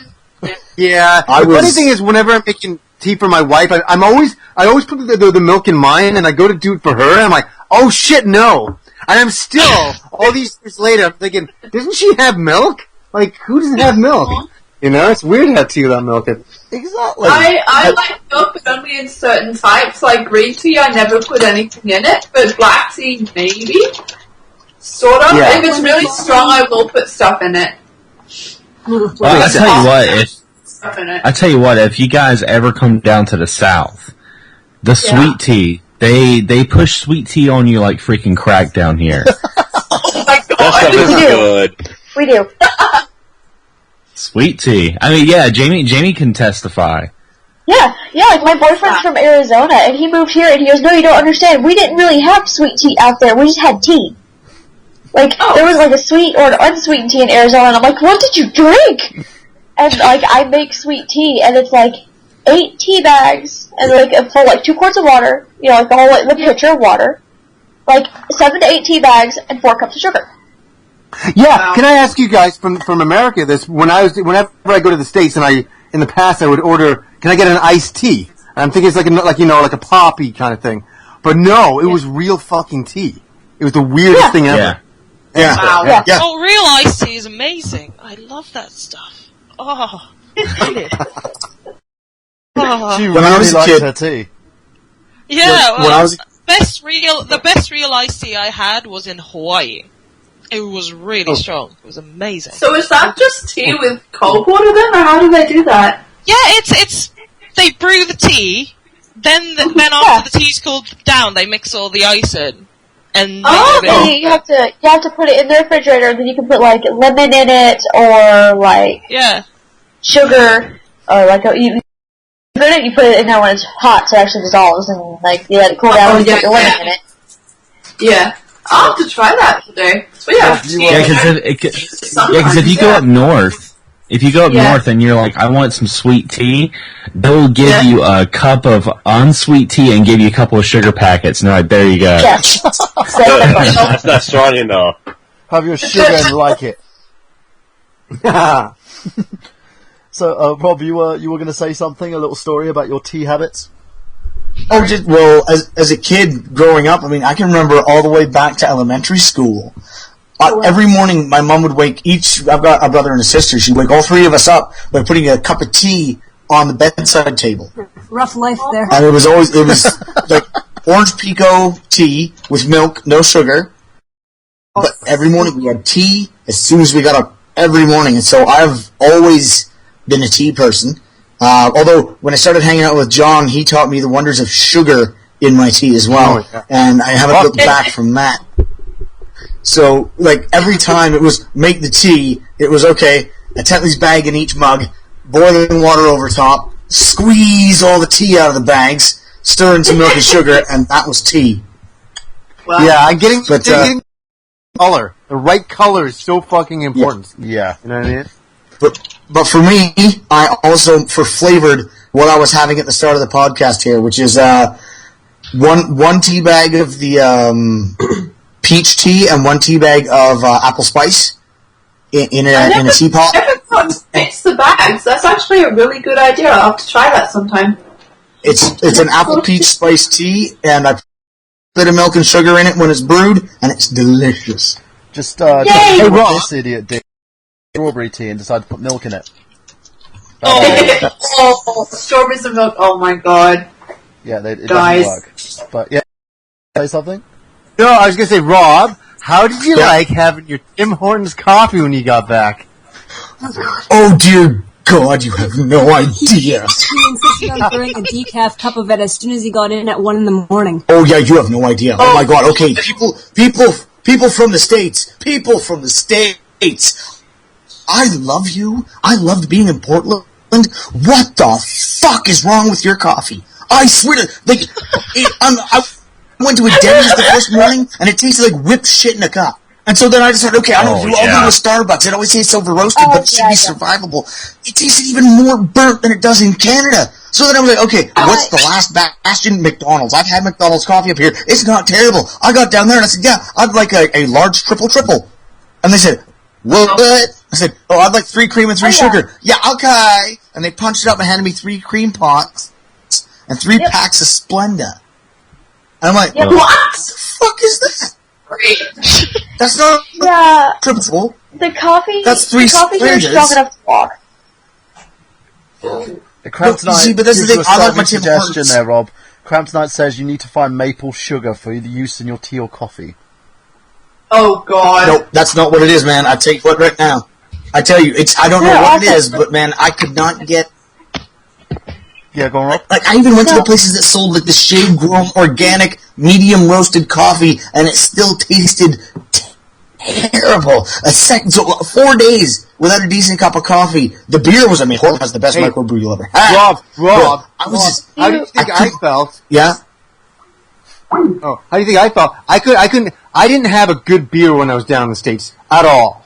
I mean, I didn't like any of the IPAs. I'm not a fan of that. You are, and Randy was, and all those guys. But I couldn't get a fucking good lager for the whole time I was there.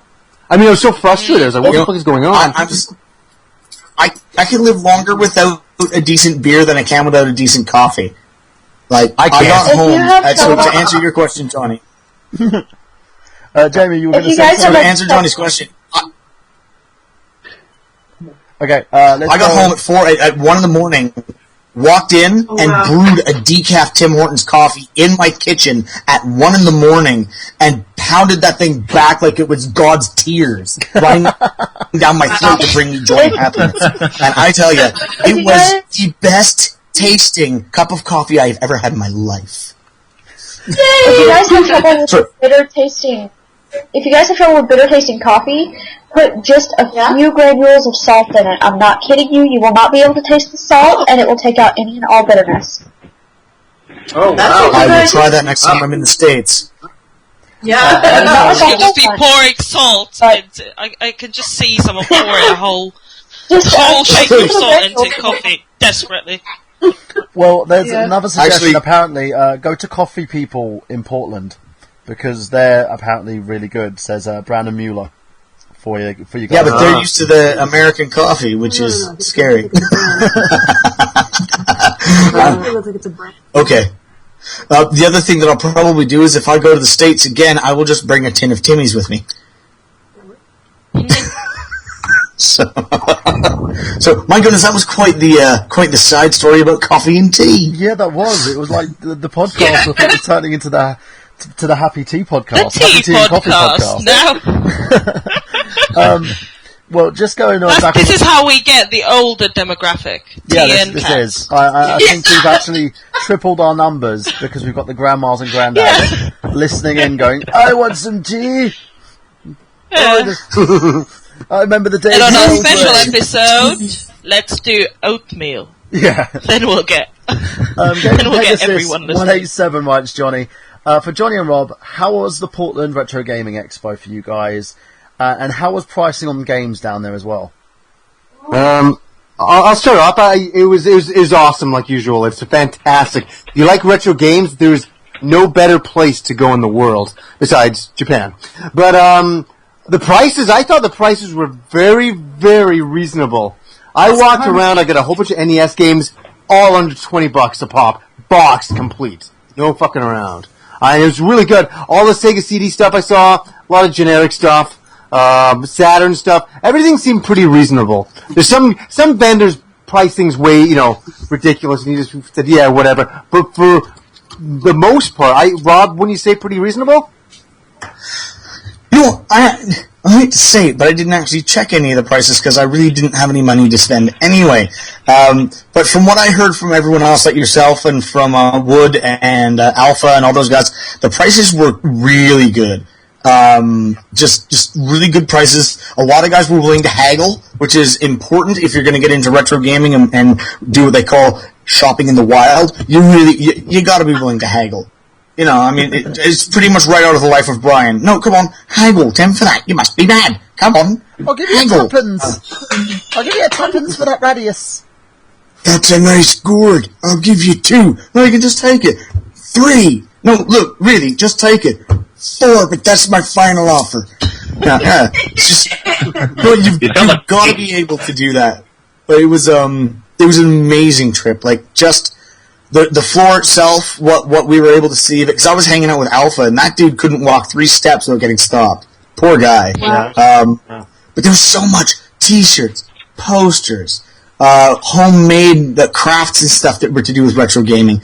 There's the games, of course, controllers, like books, manuals, all sorts of. It was insane, and it was all really cool. Rob there as well, like your evil twin. You mean Brentalfloss? Yes. Yeah. Yeah, I did finally meet him. It was amazing. The universe failed to collapse, which I thought it might. It's funny because I saw him on the preview night for people who were guests of the convention, and so he was setting up his table right over from where I was standing chatting with some friends. And I said, "Hey, Brent," and I waved, and he kind of looked over. I said, "Brent, over here," and he came over, and I said, "Hey, you know what? Want to say I like your music. I really like your songs. I don't know if you've heard of me, but my friend and I do a YouTube thing.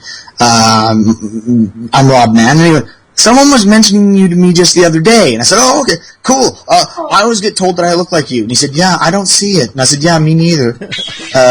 Oh, yeah, right. But I asked him for a photo the next day because I hadn't shaved. I was like totally scruffy and greasy looking. I'd been on a train for 10 hours. So he said, "Yeah, absolutely." And then before he headed out, he made sure to come by and go, "So tomorrow, come by and we'll get that picture." I was like, "Yeah, that'd be great."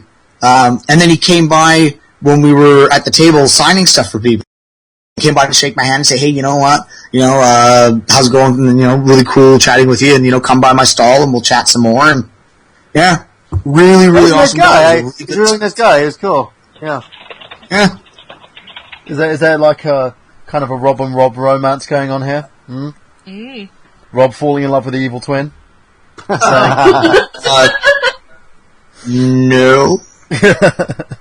I really want Michael, I if we told did have you sex, not to wouldn't go that just- to the yaoi stand today, honestly.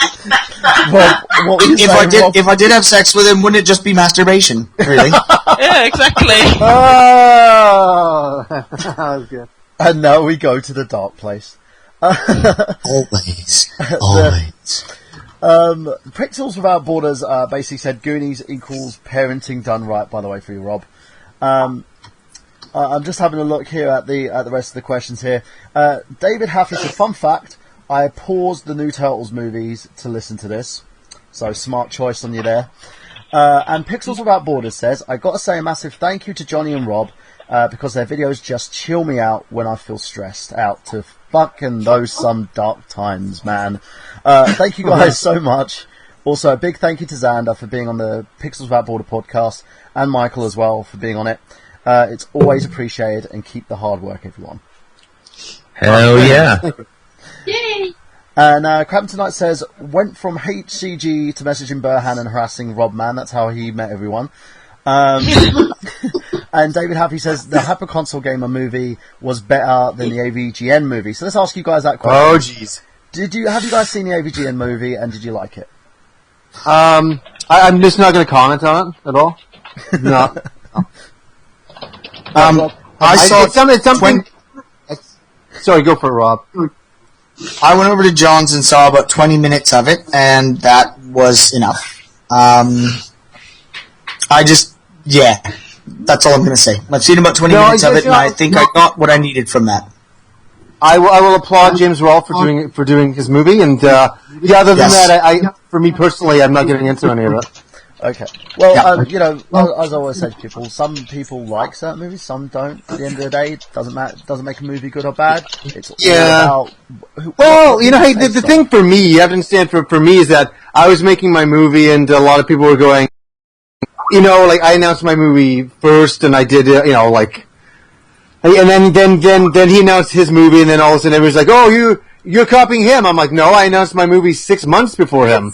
And then I finished my movie and I put it out there and all of that. And the thing is like, I like James. I've met him. I've hung out with him. I've had beer with him. You know what I mean? Like, we all have very mutual friends. So I'm very happy for him that he got it finished and all the stress is over, and all that. So that's one great thing. So, that's all, because I don't want to get into controversies, and I think people want it to be a controversy, so I just say no comment every time. That's why. They're very different things. Yes. Made in different ways for different stories. So I mean, you can't really. It's like saying, well, does that apple taste as good as this watermelon? They're different things. They're both enjoyed for different reasons by different folks. Yep. Pretty much. So that's all I'm going to say about that. What was the hardest thing about getting your film done? What was the hardest thing? Getting all the people together. Yes. The editing was easy for me. That was very time consuming, but that was on my end. I could do that.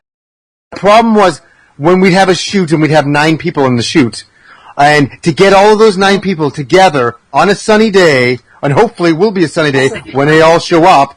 There's just so many factors, and especially when everybody's doing it out of the goodness of their hearts, it's very, very hard. And that's why there was a hole in my door so many times, because, so many times I'd go with good faith to get everybody over, and 2 people would cancel, I couldn't do the scene. It was over. So, that's why it took so long. If I could get everybody when I needed them, I could have been done, I could have honestly been done in about a summer. I understand totally. I'm currently doing a short movie, trying to get all the actors together. One last scene that we need to do. We're shooting 2.5K, and I'm basically have a problem where every time I try to get everyone together, someone's got something going on. So then I have to cancel the shoot. Then I have to basically do again. Then I have to cancel another shoot.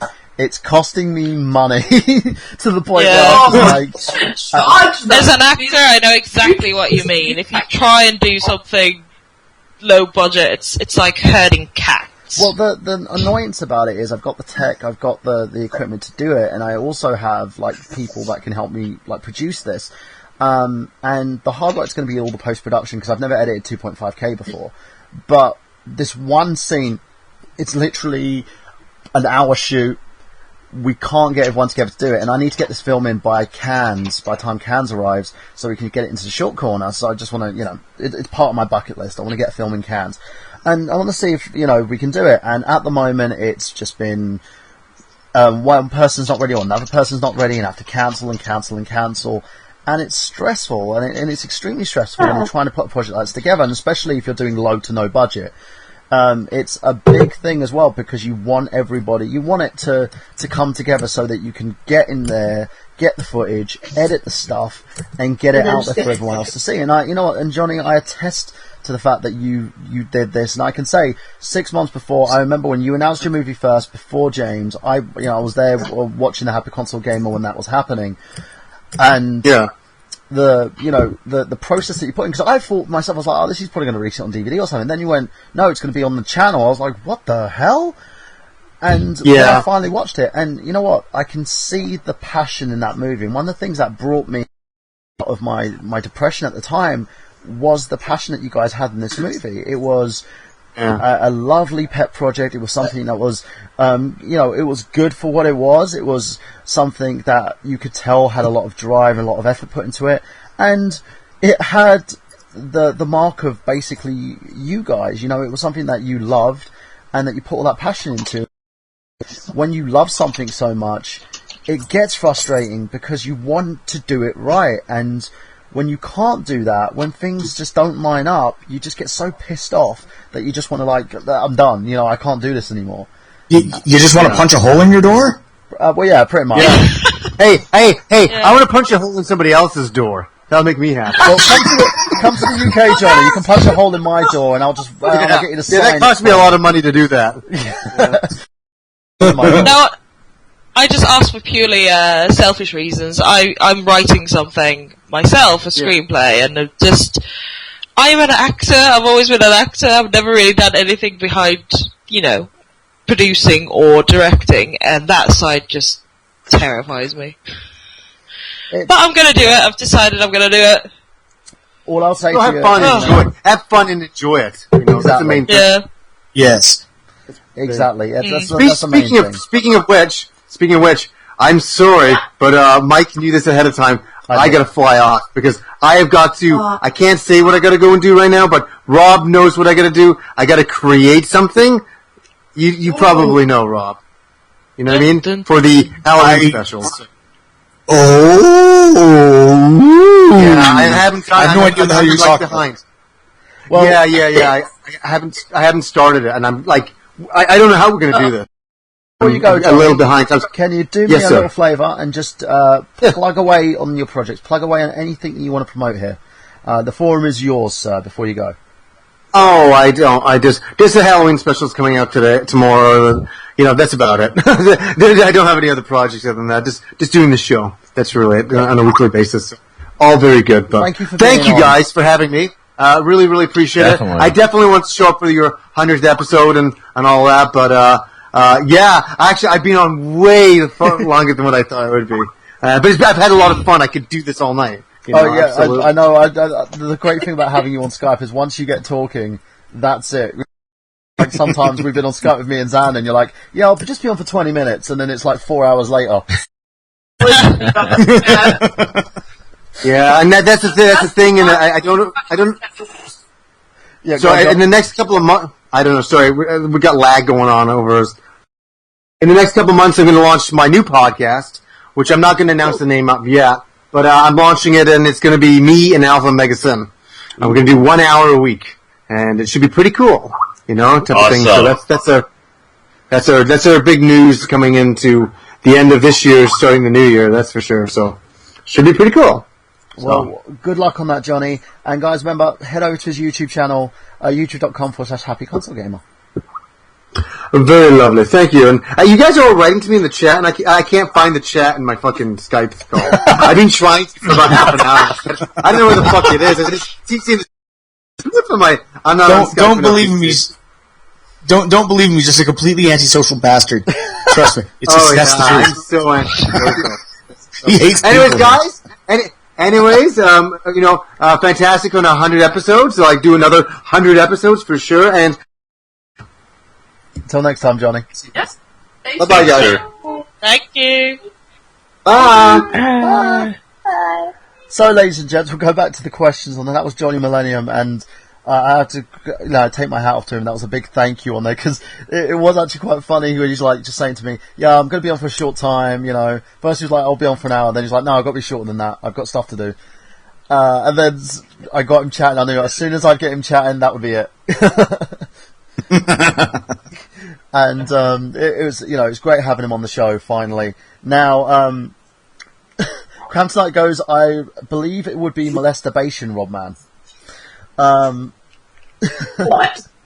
Gaming Pegster says, Johnny and Rob, did you have Fireball Whiskey in Portland? So, Rob, did you have Fireball Whiskey in Portland? And if you did it whisper temptation in your ear? I've heard of Fireball Whiskey, if that's the cinnamon flavored stuff. I've had tastes of it in other places. Not have it while I was down in Portland. And to be honest with you, I'm a bit of a whiskey purist, so it doesn't whisper sweet temptations in my ear. What it whispers is some bastard put cinnamon in a very good, possibly wonderful whiskey, and wrecked it. That's because I'm a Scotch snob as well as a coffee snob, so there you go. Bloody Eye Gamer said as well, he goes, Johnny and Alpha Mega Sin starting their own podcast. Freaking awesome. Now, KH Maggot said, she's basically reiterating that. Just some more of the questions that the guys had for you. Gaming Peg says, with a beard, it's like Eric Rowan. Apparently you look like Eric Rowan when you had Eugene. Who's Eric Rowan? He's a wrestler from the Wyatt family. Okay. I got so many people saying I look like somebody in this Wyatt family while I had the beard, and then I looked at some pictures of them, and first of all, I'm not that built yet, and second of all, I do have all of my own original teeth. You do. I can attest to that. He does have all his original teeth. You know, yeah. Yeah, and my family tree isn't a circle. So It's a stump. Gary Pegasus says, have you played Super Smash Bros. On the 3DS? And who's your main character if you have? I got one of those demo download codes, so I have, and I'll give you 3 guesses who I played as. Three guesses. Yes. That was a tough one. Does he move fluidly? Does he play exactly how you remember him? I was put it this way, I never lost when I was playing with him, but I was playing against the computer on easy because I suck at Smash Brothers. But no, he plays very well, actually. I normally cannot get into Smash Brothers. The controls always... But man, playing with Mega Man, I was like, I'm charging my buster. I'm blowing shit up. I'm throwing the Metal Blade. I'm using Leaf Shield. I'm just so awesome. It was great. I loved it. So, highly, highly recommend, if people don't have it, get Smash Brothers. And if you do have it, don't play as Mega Man, because he's mine. Hopefully we'll get an amiibo of him. Yeah, I know! Well, that'd be awesome. I don't think I'd really use amiibos. I'm sorry, who plays as the Wii Fit woman?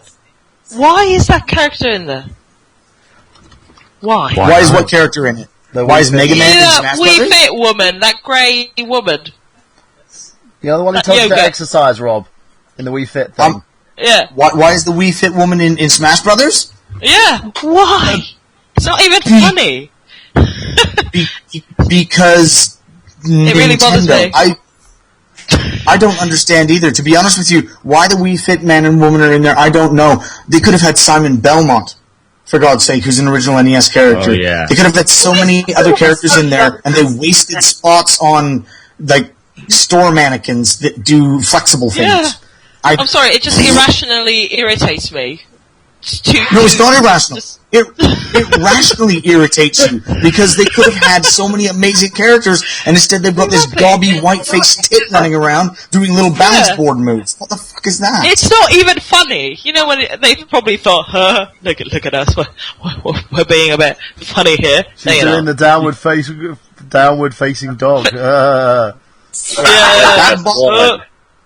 That box art Mega Man in Street Fighter X Tekken was funny. Putting Wii Fit woman in Smash Brothers, no. See the difference there? I don't know why they would have put it in there. Okay. I can say that's not anything, but not much else. Yes, very true. Rob, another question for you. A mediocre man said, can I have some advice on building a solid gaming room? Well, it's taken me a long time to get the one that I've got. Through many iterations, and as a matter of fact, one of my favorites was always the first one that I had back when I lived with my parents. Number one thing you're going to need for a solid gaming room, to be honest, is a comfortable chair. A really comfortable place to sit. That's huge. I mean, the picture, you get whatever size TV you can get, you know. If you only have a stereo receiver amp, what I used to do is on spring cleaning days, I don't know if they have them in the States, in Canada, we have what they call spring cleaning day, where you can put out whatever you want on the curb, and the garbage people will take it away, or other people will often come by and pick it up. I used to pick up sets of speakers, either from Goodwill, or on spring cleaning day, and I had about 10 speakers, all wired in series, down either side of my games room when I was a kid. And so that way, even though it wasn't surround, it was still a good amount of stereo sound and varying levels of bass and treble coming from the various sizes of speakers. So, you know, lots of speakers for good sound, a comfy chair, as good a TV as you can get. The rest of it is just up to your enjoyment. Just sit down and play your games and enjoy the fact that you can do so. Now, if you're talking about a forward-moving man cave like what I've got now, get to know someone at an electronics distributor like Best Buy or Future Shop, so that they can help you save money on things like speaker mounts and speaker cable of a high quality and things like that. That's the best advice I can give. when I built mine, it was just I mounted the speakers in the ceiling so that I could have my surround sound without having to worry about where the wires would run, because then you can buy this stuff at IKEA. It's this white plastic tubing kind of that's got like a slit in the front, and you can stick it to the wall, and you almost can't see it at all, and you can run the wires up, and you just press them into it, and then you can run it molding at the bottom, and you'll never see it there, and then you just poke the wire out of that stuff into the back of the speaker on the speaker mount at the ceiling, and it's just a quick, easy way to do a really nice, clean-looking setup. So there you go. From Robman himself. That's how you do an awesome game room. Now, KH Maggot 67 says, question for everyone: favorite horror movie / series? Ooh, I like this question. So let's start with Xander and work our way around. So Xander, you first. Probably one of my favorite horror movies, actually. It's funny because I was mentioning this on another podcast this morning I was a guest on, but it's an older movie. It's a silent movie. The Cabinet of Dr. Caligari. What's that? Ooh, nice one. I've heard of that one. It's a classic. It's so creepy. That German style of filmography and just the way they use the shadows and just the story itself, with the crazy slideshow and freak show and stuff like that. It's really, really good. And it's pretty much free domain, so I'm pretty sure you could look it up on YouTube and watch the whole thing now. Xander, we could basically download it and redub it. Think about it. That'd be kind of cool. That'd be cool. We could call it the Excess Gaming Podcast, the movie. Starring Xander, James Gruesome, and an entire cast of other people who should not even be in this movie. Robman, what's yours?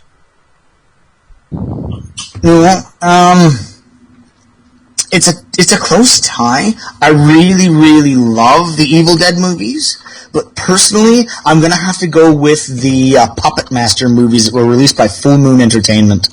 I really have a soft spot for those. I love them so much before I saw Evil Dead. So, they're freaking cool movies. I'm still a huge fan of Evil Dead, though, so that's my thing. Oh, and special note, at the Comic-Con that I went to, they had Bruce Campbell there. Oh, you should. I didn't get any. You could just hear the sigh of jealousy over there. We didn't get an interview because he was only there via satellite, so I couldn't just hey Bruce, answer my questions, you satellite man, you. So he wasn't actually there? He wasn't actually promoting the movie via satellite. So Anina, speaking of via satellite, what's your favourite horror movie? Oh, it's a hard question. I'm a big fan of psychological horror. Massive fan of psychological horror. I think... can't really say an absolute favourite, but in the top, top tier would be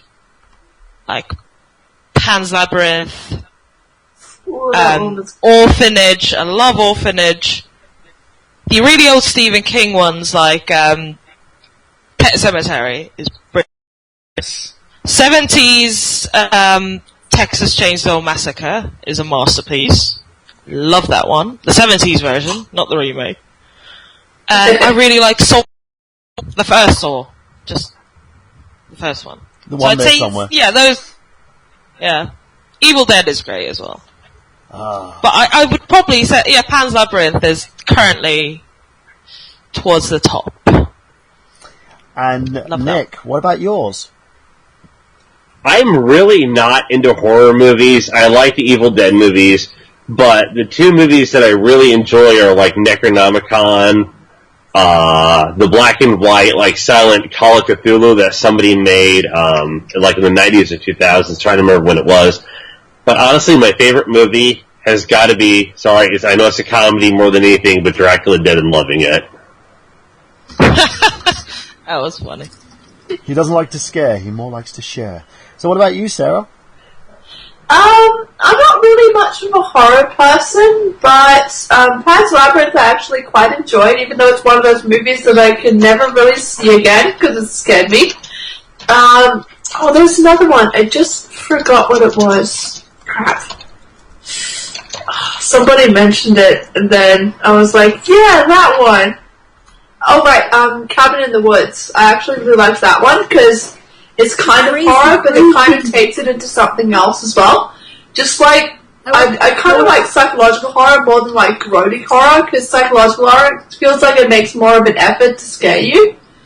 So, like, Prometheus, I will admit it was very good for horror, but I will never see that movie again. It was too intense, I can't do it again, so, yeah. What about you, Jamie? I gotta say, The Nightmare on Elm Street. I do like the remake too, because you gotta understand that it's two totally different versions of Betty. It's not the same one. I love The Last House on the Left, simply because that was so... You didn't know who to root for. It's like, do you want the parents to win, or are they morally wrong in this, in what they're doing? And I have to say, I really love, like, psychological I don't know, I have to be careful with what movies I watch, simply because I'm really paranoid, and I freak out easily. Am I the only one who got, like, legitimately kind of freaked out by Orphan? Never seen that one. Anyone else? Because that was just terrifying. Yeah, wasn't that one of the Guillermo del Toro films? No, that was Orphanage. Orphanage is the Guillermo del Toro one, which is great. But Orphan was the it had a little girl, didn't it? Yeah. Orphan wasn't it? That was alright. Little girl that turned out to be a murderer. Oh, and the front picture, the picture on the cover of the box was the girl, and we were trying to figure out what was, like, freaky about it, and what it was is they mirrored her face. Is that the one? Yeah, so it was totally symmetrical, and she had blacked out eyes. I don't think she had blacked out eyes. Yeah. Like, Orphan wasn't really, like, oh my god, holy fuck, terrifying. It was one of those movies where you sit back and you're like, whoa. Yeah. Whoa. Like, it wasn't scary, it was just a whoa movie. It was intense, or... It was pretty messed up. It was pretty intense. I loved it. Okay. And I did enjoy The Orphan. I did enjoy that one. Because it is so messed up. It is messed up, and I really want to cosplay the main girl and just walk around cons and just scare the shit out of people. Oh, you know what? We've just got the cutest question from David Haffey, and I've just been trolled by Cramp tonight. He said, Burhan, if you could have any hairstyle, what would you have? Git. Aww. David Haffey said, how did Robman meet Mrs. Robman? Aww. We have answered this before in the previous one, but Rob, take it away. Well, Tamara was in animation class with Johnny, and at the time was dating someone else. But I remember walking into the classroom a couple times and kind of, hello. And I noticed that she had drawn a picture of Duckman on her desk, and I remember walking over and saying, oh, hey, did you draw that? And she I was so shy. turned beet red and kind of looked away. Oh, well, it's really good. And so, to not feel like a dirty, nasty, rapist, stalker bastard, I walked away, because I felt like I was this horrible person. But, no, after they graduated, Johnny got her a job at Butterfly Software, and that was a fiasco. But while she was there, he set the two of us up on a date. So he took us out to a shopping mall in Richmond, which was sort of like one of those Chinese shopping malls, so all the shops have like imported goods and foods from Asia and all that stuff. And then ditched us. So we would be forced to talk to each other. And we were looking through laser discs of 80s horror movies, already a bonus. And she asked me, you played a lot of the original Nintendo, right? Like, I'm listening. And she said, do you remember a game called Blaster Master? Yes, I definitely do. And she said, I could never beat the crab boss at the end of level 5. He's always spitting those bubbles. I was pretty much ready to propose right there. That would have been creepy, but I was ready to propose. I love you, and you're never going to see me again? Oh. Yeah, but that was pretty much what got us together. That and your little Marvin the Martian figurine, that's why John put us together in the first place. That's why he suggested. Yeah, because we're both fanatics for Marvin the Martian, so that was the other thing that got us together. Oh. So, and anything to add, dear? You've got a very nice story there for you guys. And you've been together ever since. Yeah, been 14 years, 10 years married. Oh. So there you go, guys. You got a nice little story there with this amazing couple who keep going from strength to strength. Cramptonite says, when you eat your Smarties, do you eat the red ones last? Do you eat them very slowly, or do you crunch them very fast? Do you eat them by the bowlful? Smarties are a blast. But when you eat your Smarties, do you eat the red ones last? There you go, Cramptonite. No. You've been trumped. Gaming Pegasus says he loves using Little Mac because he loves punching fuckers in the teeth. Good for you. Good for you. So here's another question for you, Rob. You've started your own YouTube channel, Rob Man World.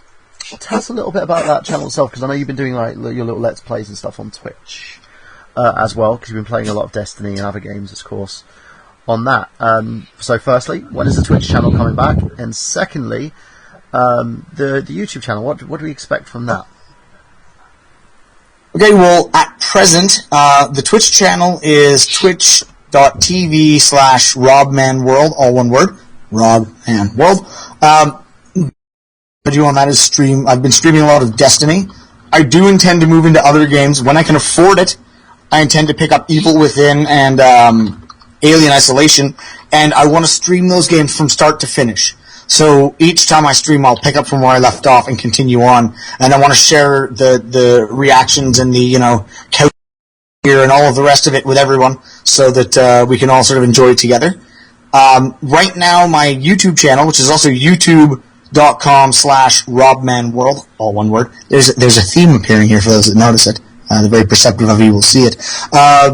And that's right now mostly archives of the Twitch channel, but I do also intend to do some like vlog type stuff, some videos on my own, just nothing fancy, nothing like what John does, because that man has editing skills of a god. But I mean, mine won't look polished and fancy. Mine will be just shitty little webcam vlogs of comic book stuff I'm into, music I'm enjoying. If I need to rant about something political or something that's going on in the world, if I have input on things like that, I'll put those on there as well.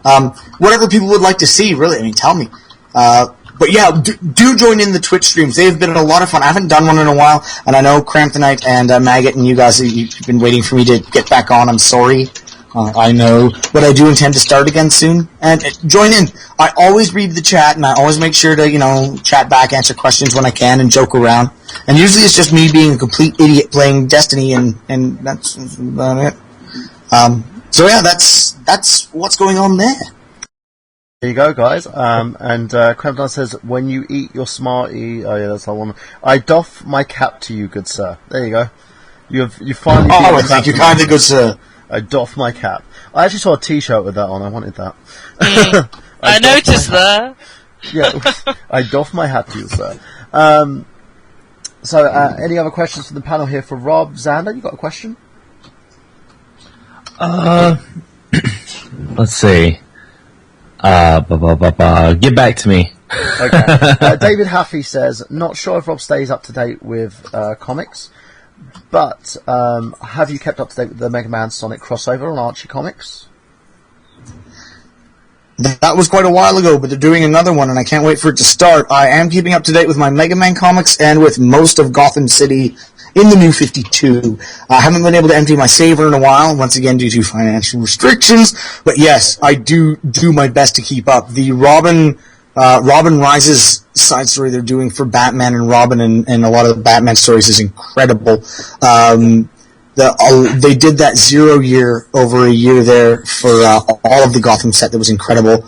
And the Mega Man Sonic crossover was spectacular, which then led back to, I don't collect Sonic, but I've collected the ones that had Sonic and Mega Man, and I'm following Mega Man through right now. They're doing, where I'm at is the Dawn of X, and I'm working my way through that mini-series that involves the Time Rift and the Emerald Spears going through and starting a lot of the uprisings against the Reploids and Mavericks for the humans.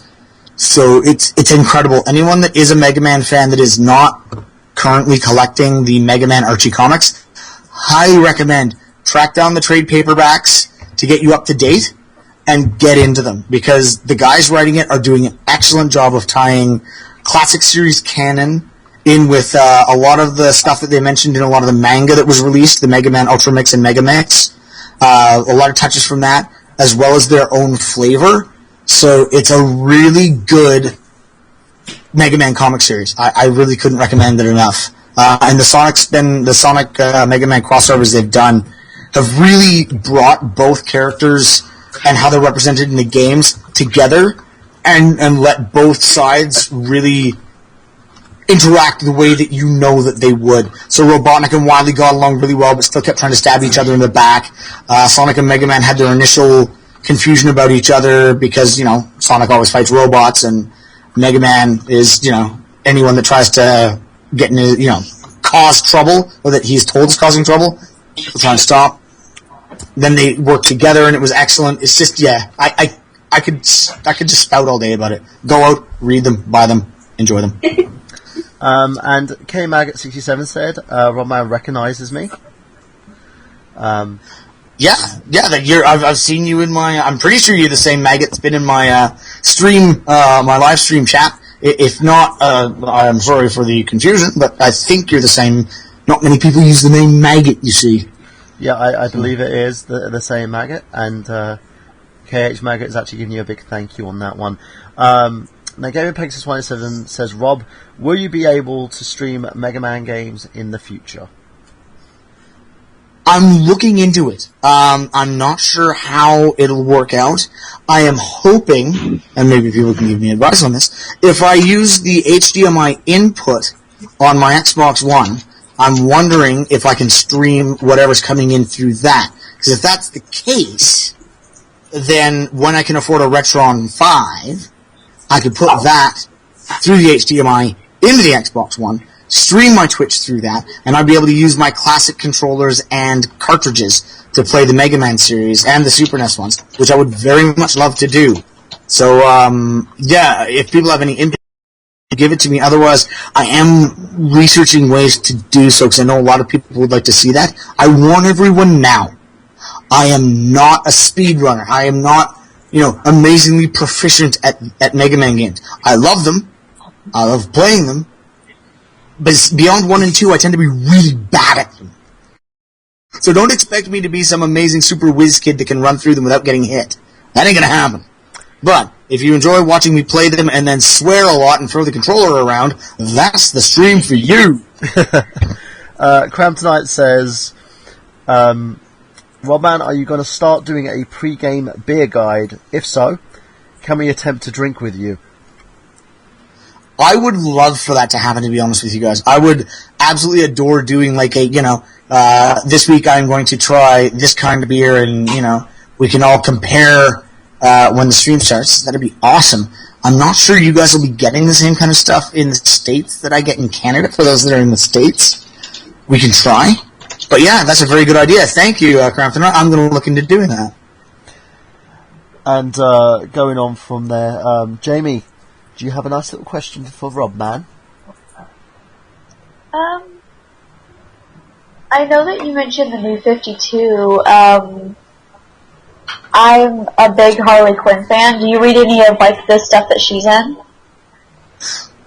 I haven't as of yet, to be honest. So I haven't gotten into Suicide Squad or the Harley Quinn standalone comic. I do have. A suggestion? Yes. Don't. See, that's what I've been worried about. Is the thing. I loved Harley Quinn's character in the Batman the Animated Series. I thought it was fantastic. Right. But I'm starting to notice that it's one of those characters that they're kind of overusing and doesn't necessarily hold the original vision. And no, they've completely killed her, and it's like they've just completely thrown away what she used to be, and they've brought in this scantily dressed show of Harley, and it's really sad for fans like me who love her so much, and it's really sad to see her go. So if you do like Harley, I would suggest not reading the new 52. But well, me and Anita were having the same conversation at the con today, because we were like, we find that the is actually a lot more tasteful than the new Harley, because they've totally, like, slutted her up. Where we're saying that that's not in her character, it's not the way that she is, but they've just started to make her kind of eye candy. The old bodysuit was sexy without being vulgar or revealing. Yeah, I mean, she was more cutesy. I mean, she didn't really... She wasn't seducing men like, you know, like Poison Ivy. Like, that's part of Poison Ivy's character, is the, you know, overpouring of sexuality. When Harley's wasn't. She was more cutesy and, you know, cutesy and mischievous and, you know, playful. Yeah, and she was so devoted to Joker, so why would she need to be so... Well, now, I do understand that she has realized that, you know, the Joker, she's stopped following the Joker and chasing him around because she realized he was abusive and not good for her, but I think they went too far the other way with the, I'm reclaiming my femininity and all that. And I think they've turned her basically into a scantily clad female Deadpool at this point, haven't they? They have pretty much. Even with the whole understanding that the Joker was abusing her thing, I think that's kind of awesome, because she's kind of becoming her own character, not just revolving around the Joker, even though the Joker obsession was part of her thing. No, I respect that they did that, but I don't think that they should have. A lot of women, when they get out of a bad relationship, try to take ownership of their, you know, themselves by dressing differently or getting tattoos or changing their hair, whatever they do. Right. But I think they did that wrong with her. She wouldn't do that. I think they did too. Yeah, I agree with that. Like, Definitely do. One of the canon things that she does is, like, she cuts off the Joker and, like, plasters it onto someone else or whatever, and then, like, she, like, fucks Deadshot in a laundromat. And I'm like, really? Well, she didn't cut off the Joker's face, that's actually wrong. But, yeah, go on, Rob. No, Joker had his own face cut off by Puppet Master at the start of one of the story arcs in the Batman series. When he escaped Arkham, cut off and nailed to the wall, but then while it was floating around before it went into custody, I think Harley got her hands on it for a while, and that's when that happened. It eventually ended up in Gotham Police Department lockup for evidence, and then was stolen again for the death of the family story arc, where the Joker infiltrated the Batcave and the Bat family and tried to separate Batman from his support network of Nightwing and Robin and Red Robin and all them, because he feels that they make him weak, and he wants Batman to be the original solo act, very tough guy that he originally fought. And then the face disappeared, and Joker's daughter got her hands on it now. Whoever she is, who appeared out of nowhere, she's wearing it. It's a new version of Jula Den, the 52 version. And when Harley saw Joker's daughter wearing it, when Joker's daughter joined the Suicide Squad, there was a brawl that ensued because she didn't want to see the face in the first place, and secondly, really didn't want someone else wearing it. Yeah. So. Right. Okay, well, I didn't know that. So it seems I hope I have established my comic nerd credibility. Well, I hadn't delved into, like, the new thing because of what they were doing to Harley, and simply because of the scandal that on, like, Suicide Prevention Week, they opened up, this was a while back, they opened up a contest where to get into drawing comics for them, all you had to do was send in a few panels of Harley Quinn trying to commit suicide in different ways. Yeah, I remember hearing about that. That was very tasteless and badly done. It was horrible. I'm also mad at the New 52 for what they did to Lobo. For those that don't know, the main fragging man. Yeah, they totally changed the main fragging man is the main fragging man, okay? I don't care who you are. He's big, he's covered in muscles, he's massive, he's got an attitude, he smokes a cigar, and he's a badass with a giant meat hook wrapped around his arm on a chain. And then they bring in this Twilight-looking, skinny, sparkly motherfucker, and he's like, no, I'm the real Lobo, and he's been faking it the whole time. I don't know. You're a fairy little waif boy. Get the fuck out of my Lobo comic. And now the first Lobo comic they've done his standalone, he kills who we've called Lobo on the first 2 pages. Yeah, I didn't watch that. I didn't read that at all. I was just like, this is just so I'm just gonna... You can't... I understand a costume change. Right. Yeah, like... Sorry, I was just going to say, I understand a costume change. That's fine. You want to put him in a slightly different biker outfit, Lobo's had other costumes. The New 52, there were a lot of new costumes. You cannot turn Lobo into Edward freaking Cullen. Yeah. Right. Edward freaking It's Cullen just- doesn't want to be Edward. Pretty much. I don't. On the yeah. Well, on the topic of comics, what was Rob Man? What was your favorite comic? Like, what was your favorite comic or graphic novel? At present or when I was a kid? Or of all time? Wow. Oh my lord, that is... Wow, really? That's like asking what your favorite air molecule is. I mean, that's a big question. Holy crap. You can have a few. You can have a few. Okay, as a child, my favorite comic series was Spider-Ham, Peter Porker. And it was a pig version of Spider-Man.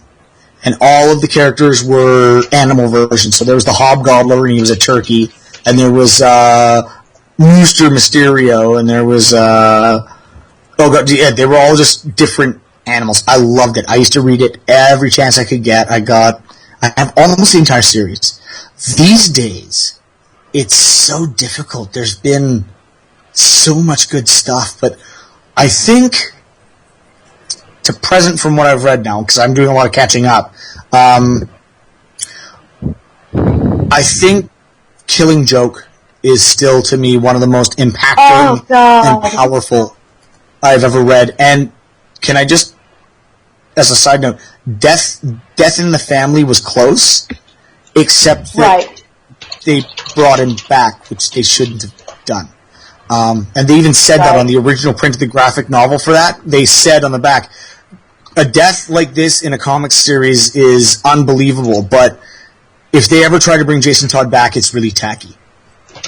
Their own writers said that, and then they brought him back. But Killing Joke is so powerful and such an amazing story. And for the various origin stories of the Joker, I think that was the one that hit me the hardest.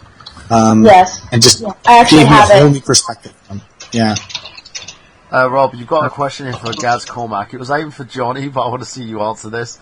Have you ever been thrashed by Johnny at Street Fighter? Has Johnny ever thrashed you so much in Street Fighter and then ended up throwing you a couple of matches out of pity? No. John doesn't do pity. John does cold, hard work. There is no such thing as pity in that man's soul when it comes to Street Fighter. He dominates and he wins. I have beat him at Street Fighter Alpha 2, I think 3 times, where I actually won both rounds, that he always denies and refuses to acknowledge. My wife saw one of them. My friend Lisa Yole saw another one. But he will still say that, he was hungover, or he was drunk, or we were drunk, or we were on drugs, or the sun was in his eyes, or whatever other excuse, but he refuses to admit it happened. But no, he does not throw pity rounds. He absolutely never throws pity rounds. So if you're going to play Street Fighter with him, be ready for a lot of mockery and cruelty, because he will not lose, and then he'll make fun of you. So... you wear the shades of denial. Oh yes, there are the shades of denial, the cloak of shame, and he. That's the real thing. Sorry, just so you know, that's a real thing. When we played back in the day, at one point he got so vicious in his mockery that he brought this knitted Afghan off his couch, draped it around my shoulders after a particularly crushing loss for me, and then put a pair of sunglasses on my eyes. And he said, "You're wearing the sunglasses of denial and the cloak of shame." And then he picked up a body pillow he'd been lying on, put it across his back as if it was a pair of wings, and ran around the room flapping it, and said, "And these are the wings of God, because I cannot lose, I am a god of Street Fighter," and ran around flapping the wings and laughing. That is great. This is the truth. I need to see this. I would love to see this, because I would probably... He still owns the Cloak of Shame. The Cloak of Shame is eternal. Dude, I would wet myself laughing over this. This would... In other news, Gaz asked as well, what Marvel hero or villain would you like to see make an appearance in a Marvel movie that hasn't already been featured in one? I want to see the bloody Hobgoblin, and I want to see him done friggin' right. Hobgoblin never gets enough respect or press. It's always Green Goblin. Green Goblin, Green Goblin, Green Goblin. There's never the Hobgoblin. And I don't want to see any of this Power Rangers metal suit crap. And I don't want to see Osborn's kid in a pair of ski goggles on a flying snowboard. I want to see the Hobgoblin glider with the bag full of pumpkin bomb, yellow monster-looking face, the orange cape, the full nine. That's what I want to see. Marvel, you do so well with your movies. Can you pull your heads out of your asses and do just that one for me, please? I love And you. Brent. There you go, Gaz. What did you hey Rob, what did you think about the Amazing Spider-Man 2? Haven't seen it yet. I did. I watched it. I thought it was just- good. But I'm not really a comics person. Sorry. The reason I blow up about Hobgoblin is because I've got him tattooed on my back, and I've got every figure of him I could find, and I've got an actual, like a porcelain bust of him in my collection, and they never respect him. They never respect him. I want my fucking Hobgoblin. By the way, Gaming Pegasus says Johnny can be a dick, laughing out loud. Oh, he absolutely can, but that's why I love him. David when Matthews I'm- says, amen Hobgoblin as well to you. But yeah, go on, Rob. Oh, you're saying Johnny absolutely can be a dick, but that's what I love about him, because when I'm not the one on the receiving end, it's hilarious. Wow. Oh, Johnny, I love that, Johnny. It's like, I remember the first day that I met Johnny, when me and him were having, I think it was me, him, and Xander were having like a live Skype chat, and the guy just starts cursing like no one's business. I was just sitting there, I was like, oh, I'm meeting Johnny Millennium, the Happy Console Gamer. He's going to be awesome. And then Johnny was like, fuck that guy. And me and Xander were just looking at each other, what the fuck? Oh yeah, no, we swear like sailors. We swear like sailors on our own. It's horrifying. I know, it's like, with you, when me and you would chat, I would expect it, but with Johnny, it was just like, he has this kind of thing on the YouTube channel where, he lets it loose a bit more now, but before he wouldn't really swear that much. He would just be like, kind of Mr. Clean Cut, nice guy. But on the Skype call, he was just swearing like a sailor with me and Xander, and I was just like, after we finished the call with him, I just went to Xander, I was like, he was cursing a blue streak. And Xander was sitting there just cracking up. He's like, that's Johnny. That is to a The T. thing is like Johnny started opening up about that on the All Gen Gamers, the whole love talk. That's when you saw that totally different side of Johnny, and that's when I was just like, oh man, this is He's see, we were very careful, and he was very careful when he started the show, just because he just can't. You don't know how people are going to react. You don't know. Anyone who's watched any of the outtakes, you're starting to see the real Johnny. In the last little while, over the last year, I'd say, we've really, on our 2-man episodes, it's really started to come out. Like, we're relaxing into it and accepting the fact that, yeah, we're rough around the edges. We both swear a lot. It's what happens. But somehow, because of the way we do it, we hope it's not as offensive as much as it is kind of funny and kind of stupid. We are kind of stupid, so yeah, this is how we do things. But that's... Yeah, go on, Nick. I'm sorry. But that's one of the things that I like about watching you and Johnny on Happy Console Gamer, and I'm sorry if I interrupted. You guys act like yourselves. When you mentioned AVGN earlier, that's a character, but with you guys, the realism is there, and that's what I enjoy watching so much. That's the pull of the show more than anything else. Yeah. I agree. Thank you. Basically get to, see a lot of who you guys are. It's like everything that every part of who I know you as is the same as everything I know you on the show.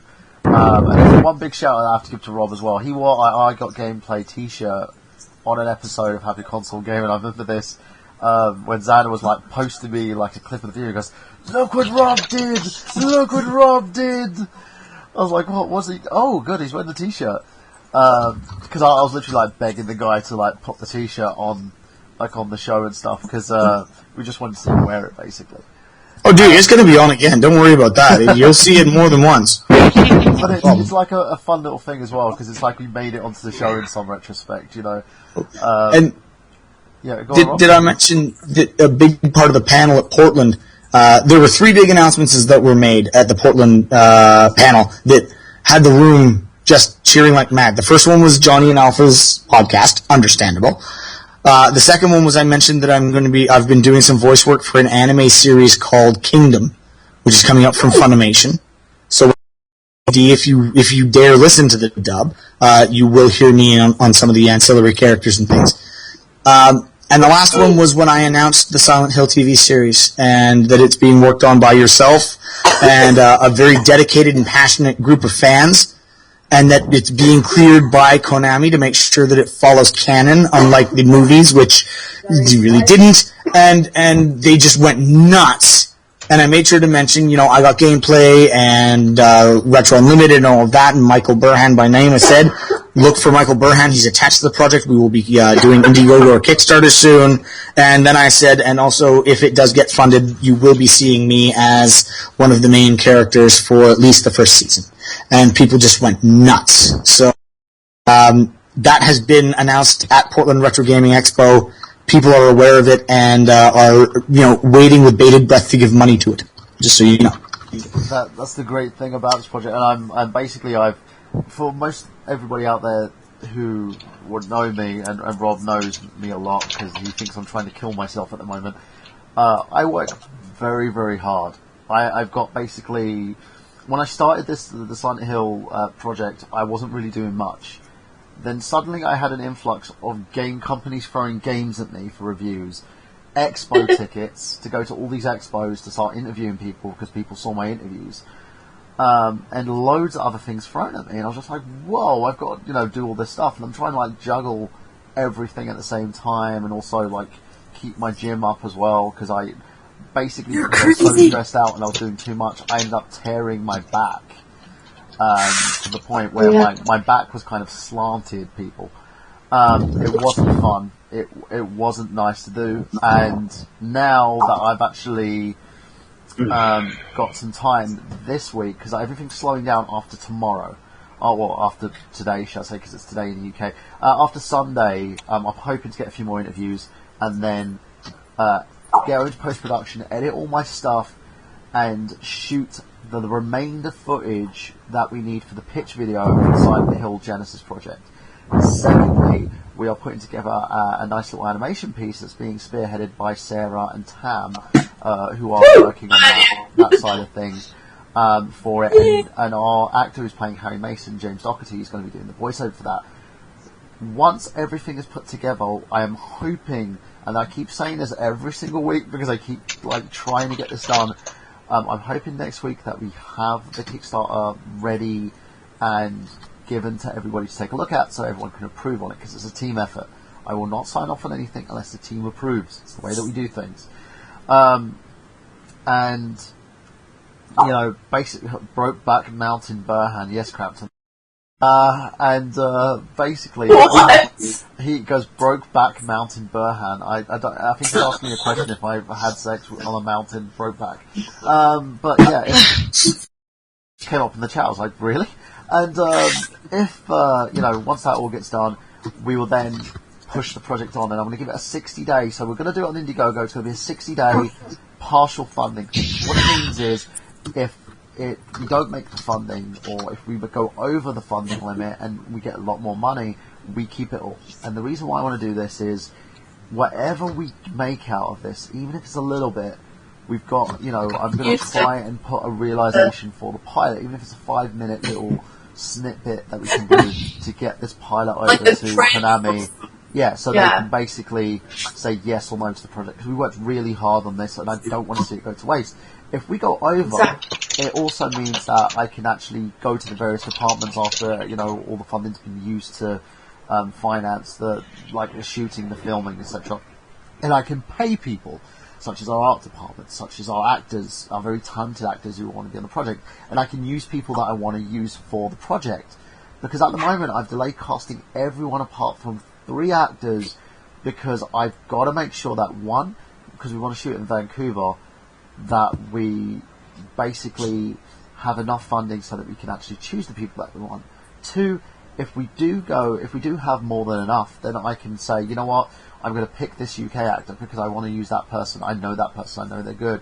and bring them over to shoot their bits, because I've got people in mind for certain roles.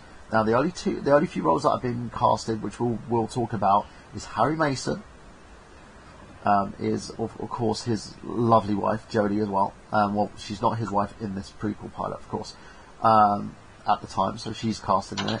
The Mayor, who Rob basically playing the character of, which is a brand new character for the show, and is someone that me and Rob have basically put together and basically worked together on in order to build this character up. And those are the characters that we're using so far. Now, there are a total of 13 characters I want to use on this project. So we're going to basically do that.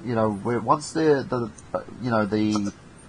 Kickstarter happens, I'm going to start looking at stuff like doing live streams, like basically working with the cast and crew and basically putting together Q&A sessions and stuff, so everybody can talk to us and we can get info from everyone. We don't want to leave anybody out. We want to talk to everybody and try and make sure that the fans approve of what we're doing.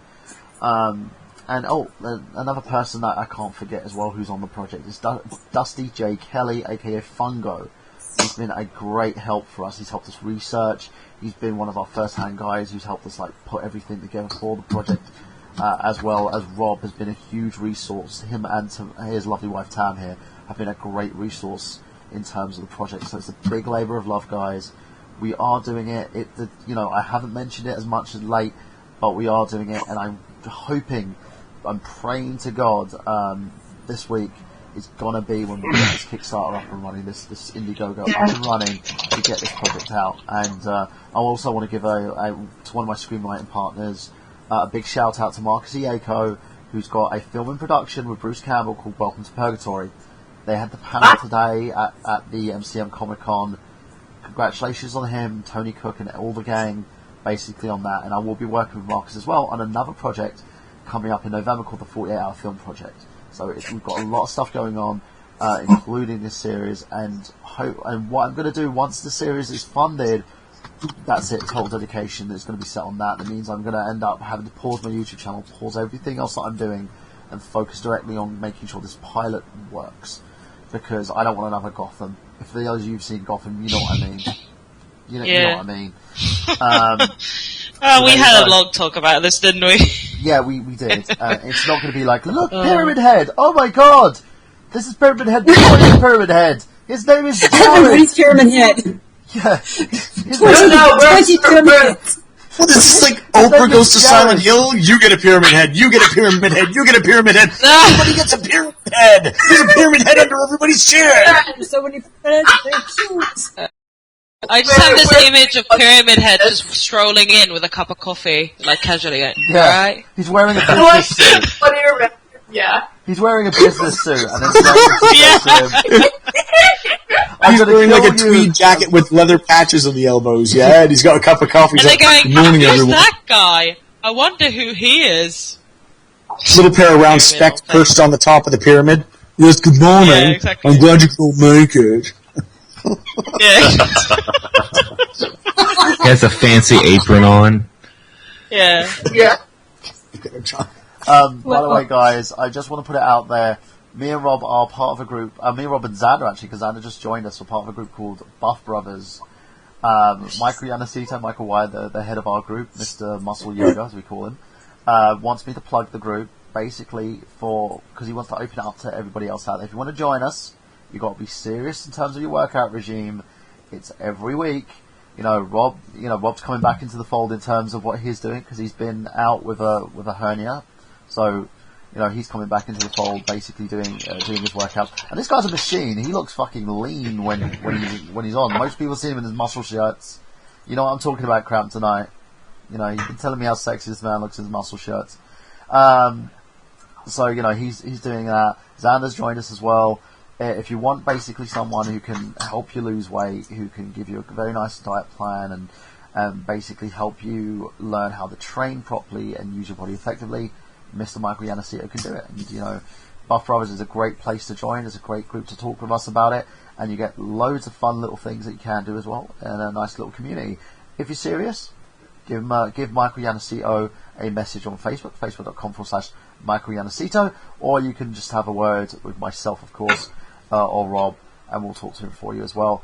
But, you know, for those who aren't serious in losing weight and stuff, don't bother, because he'll get very annoyed at me, and he'll beat me.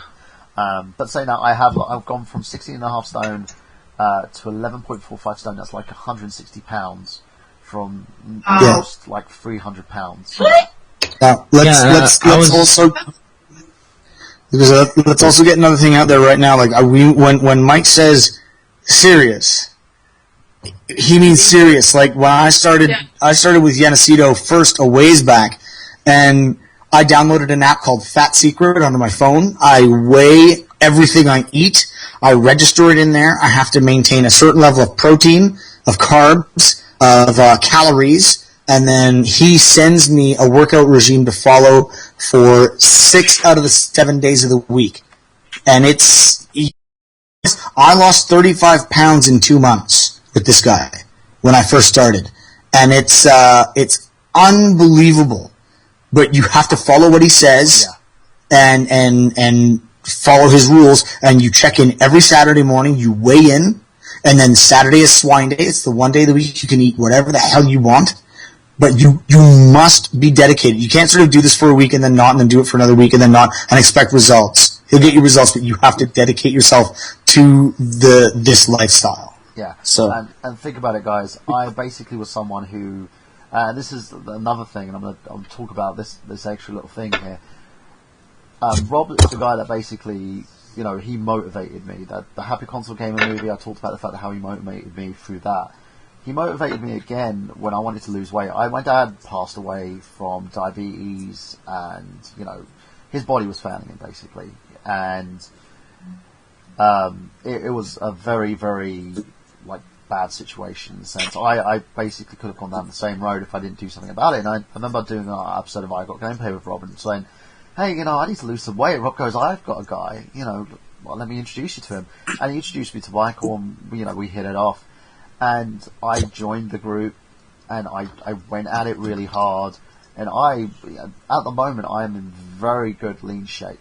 You know, I'm basically, even for someone, even after I tore my back, I'm in very, very good shape still. And it's the point where, you know, I don't have belly fat. I can see my abdominals. I've gone to the fact now where I've lost a lot of weight. The change is seamless, and it's a great thing to do. It's, if you're really serious, you could be just like the both of us and lose, because this guy is a genius. He is the way he does things, his methodology, and the fact that he cares.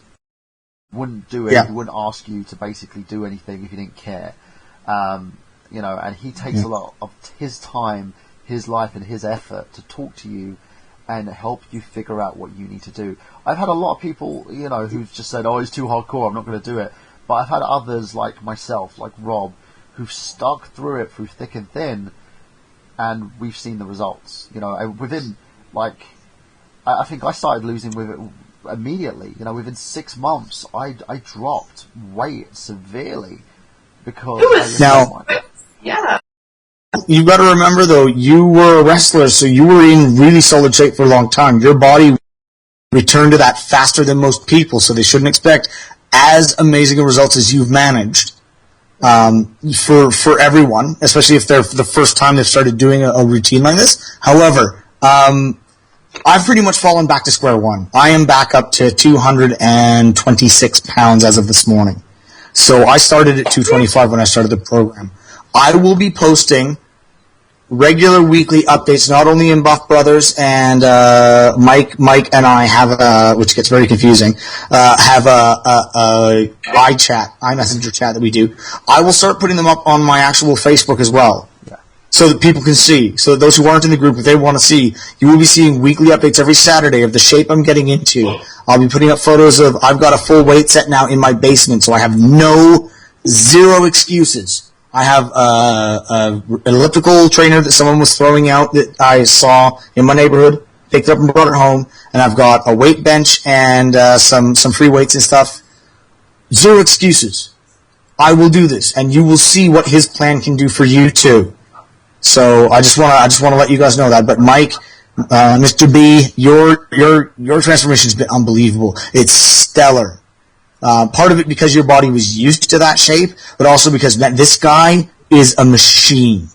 He's posting videos. He's doing weights. He's doing, like, I don't think I've ever heard of him sleeping.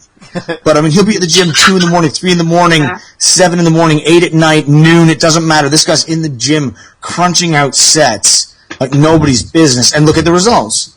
I mean, for God's sake, the guy looks like he could crack a walnut just by flexing his bicep.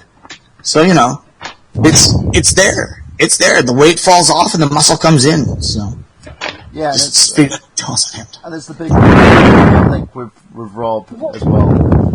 The one thing we've always done is when I post my photos and videos on my Facebook page, people see it, and a lot of people have said, especially those who followed me on Instagram as well, that they see all these results and say, that makes me want to go to the gym, that makes me want to do this. And I've already got a friend of mine talking with Michael at the moment to try and get him to lose weight, and even Xander's joined up, which, you know, Xander likes his 40s, so, you know, the fact that he's joined up, just, that shows commitment there. Well, I did want to mention one thing, just from the short period of time that I've joined. You know, a lot of the things that some people get kind of intimidated about is changing their diet and doing, you know, that sort of thing, and it's easy to get intimidated, but it is a very solid team in the sense that they really work with you, and it doesn't feel like a competition. It's more of a support group, most importantly, and I think that's what really makes it shine. Yeah, and that's the main thing at the moment as well. Part of that, and also us trying to convince James Gruesome to join in the team and the fun. But we'll get him eventually. But it's you know, we're not there to push people and pester them and yell at them or anything like that. We're there to help support everybody else, because I know how hard it is to lose weight.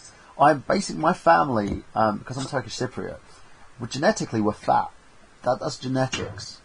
You know, what I've accomplished is against genetics.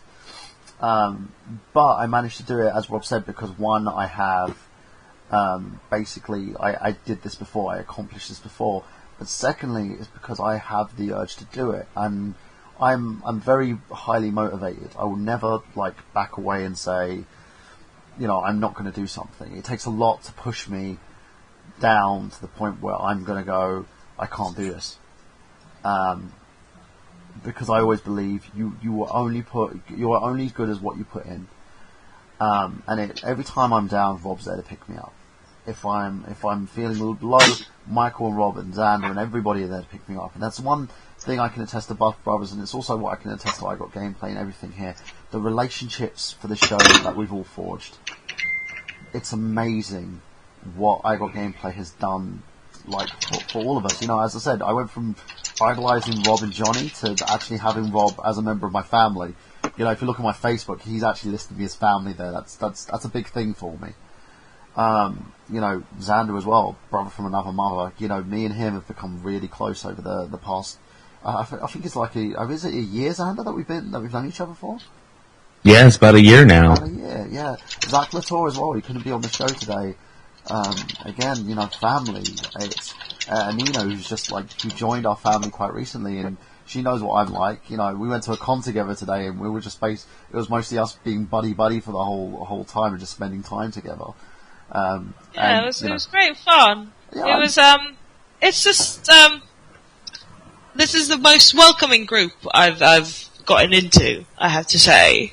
Just like, hello, don't know anyone, and then just to be accepted is fantastic. And yeah, me and Michael, it was weird. I just realised we've known each other for what, 6 months, something like that, and it didn't feel like we met in person the first time today, and that was weird. It felt like, yeah, I've met you loads of times, but we haven't actually in person. She was there when I was making fun. I was sitting in the press room making fun of this girl in the press room, winding her up chronic because she was just she was just getting wound up by me. She hated my guts.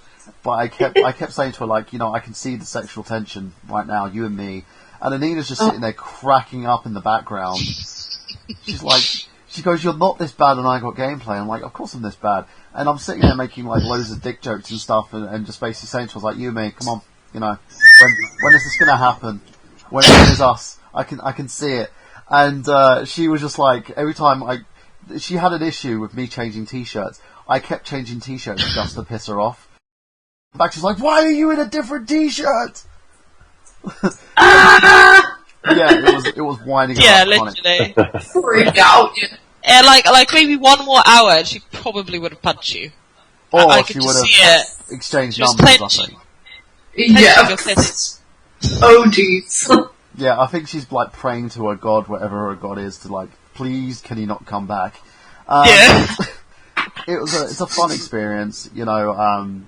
But that's the funny thing. Anita was actually saying, she goes, that's part of your quirkiness, and this is the first time we've actually physically met each other, and we've hung out. You know, we had fun, we had food, we took the skyline and listened to some boring people talk about freaking skylines on this freaking skyline thing. It's like a shortcut to the Excel Center, and on it you've got these most boring actors on the planet. They're not actors. They're someone they pulled off the street going. This is the door, and you walk in, and the Olympics. And, oh my god! Yeah, in 1856, this was a pile of shit, and then we made it into a skyline. And we were just sitting there looking at each other, going, "When is this going to stop? Please stop." It's like chalk, but nails on a chalkboard. Please stop.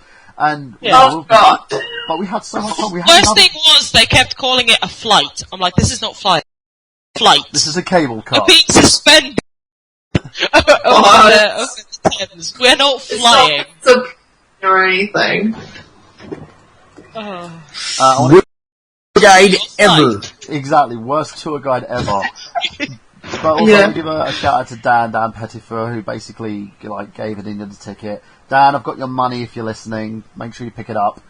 And you know, he gave the ticket. Also, thank you for sort of. We managed to cut the queue somehow into the Excel Center without no one minding. Fully, because I was press. I was just like, press. I can go anywhere I want.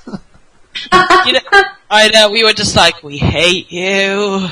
Damn you with your press tickets. Damn you still need to find DC Douglas tomorrow and mail him to me, by the way. I'm gonna just stick him in the mailbox and put a stamp on his ass. I'm gonna make him do a sexy biscuits for Dave tomorrow. Because that's what I do. I get these people to basically do videos for me, and then I get them at the end to do a sexy biscuits. My favourite the writers of Cyanide and Happiness. Yes, that was brilliant. Yeah, one of them just basically leered at us, looking at us like he was watching someone masturbate, and just in a very gruffy voice just went, "Sexy biscuits." And then stormed off. Yeah, he made me want to take a shower. Just you dirty. Remember telling him that Ada Wong says that she misses him. Well, apparently, today he was reading porn fan fiction for people because they asked him to do it. He was reading fan fiction. Yes, he has a erotic Wesker fan fiction panel, and this was the last one. Sadly, he's been doing it for as long as I've been on his Twitter page, and that's the last one. And I'm like, damn it! I wanted to hear him read some Wesker Ada, because that's my jam right there. Wesker Ada, oh hell yeah, or Wesker Birkin, oh. Well, what I'll do is I'll make sure that I attend in the morning to go and see him and do it, because apparently I can get an interview. One of the people have an in with him. That's a defo on that one. But yeah, ladies and gents as well, we are, we're family here, and it's a great experience, from Sarah, from Nick, who I met through my YouTube channel, for Jamie, who I stalked on Twitter, to everybody. I want to give a shout out to all the other guys who have been on I Got Gameplay. Samantha Jennings, I want to give a big shout out to Nikki as well, who's been on I Got Gameplay. Nick Abraham, Sean Mitchell, the guys that started this with me, Braden Mayhew, Brandon Ligon. I also want to give a shout out to two guys that, without them, this show probably wouldn't have gotten to a kind of a national radio level, but at the same time, are guys that helped, because of certain decisions they made, recondition the show because, you know, of my decision to leave. One is, I forgot what bloody hell his name is. Tony Mango. And, you know, he's the guy that gave me the I Got Gameplay brand, the name. And the other one is Mike Payden, who's a complete nut.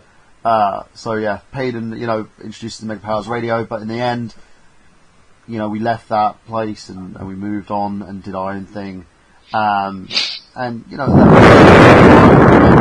despite all this negativity, the show has grown. We get like 1,000 listens per episode now.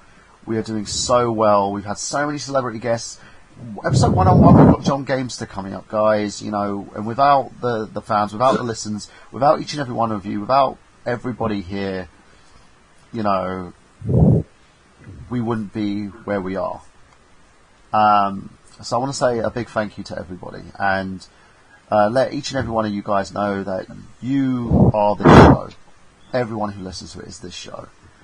And for each and every one of you, for Xander Scullion, for Rob Mann, for Anita Cassidy, for Nick Endley, for Sarah Mortimer, for Jamie Styles, for every person that has been on this show, and if I haven't mentioned you guys, for Chris Dace Mendes, I love you, brother, for believing in me, to everyone who's been on I Got Gameplay, for Twin Perfect, Rossida, for John Gamester, of course, is going to be on the show, for Johnny Millennium as well, for Tam as well, for being on the show for us on our Valentine's Day special, and also appearing in here a little bit as well. For each and every one of you, just know that we've got gameplay. Have you?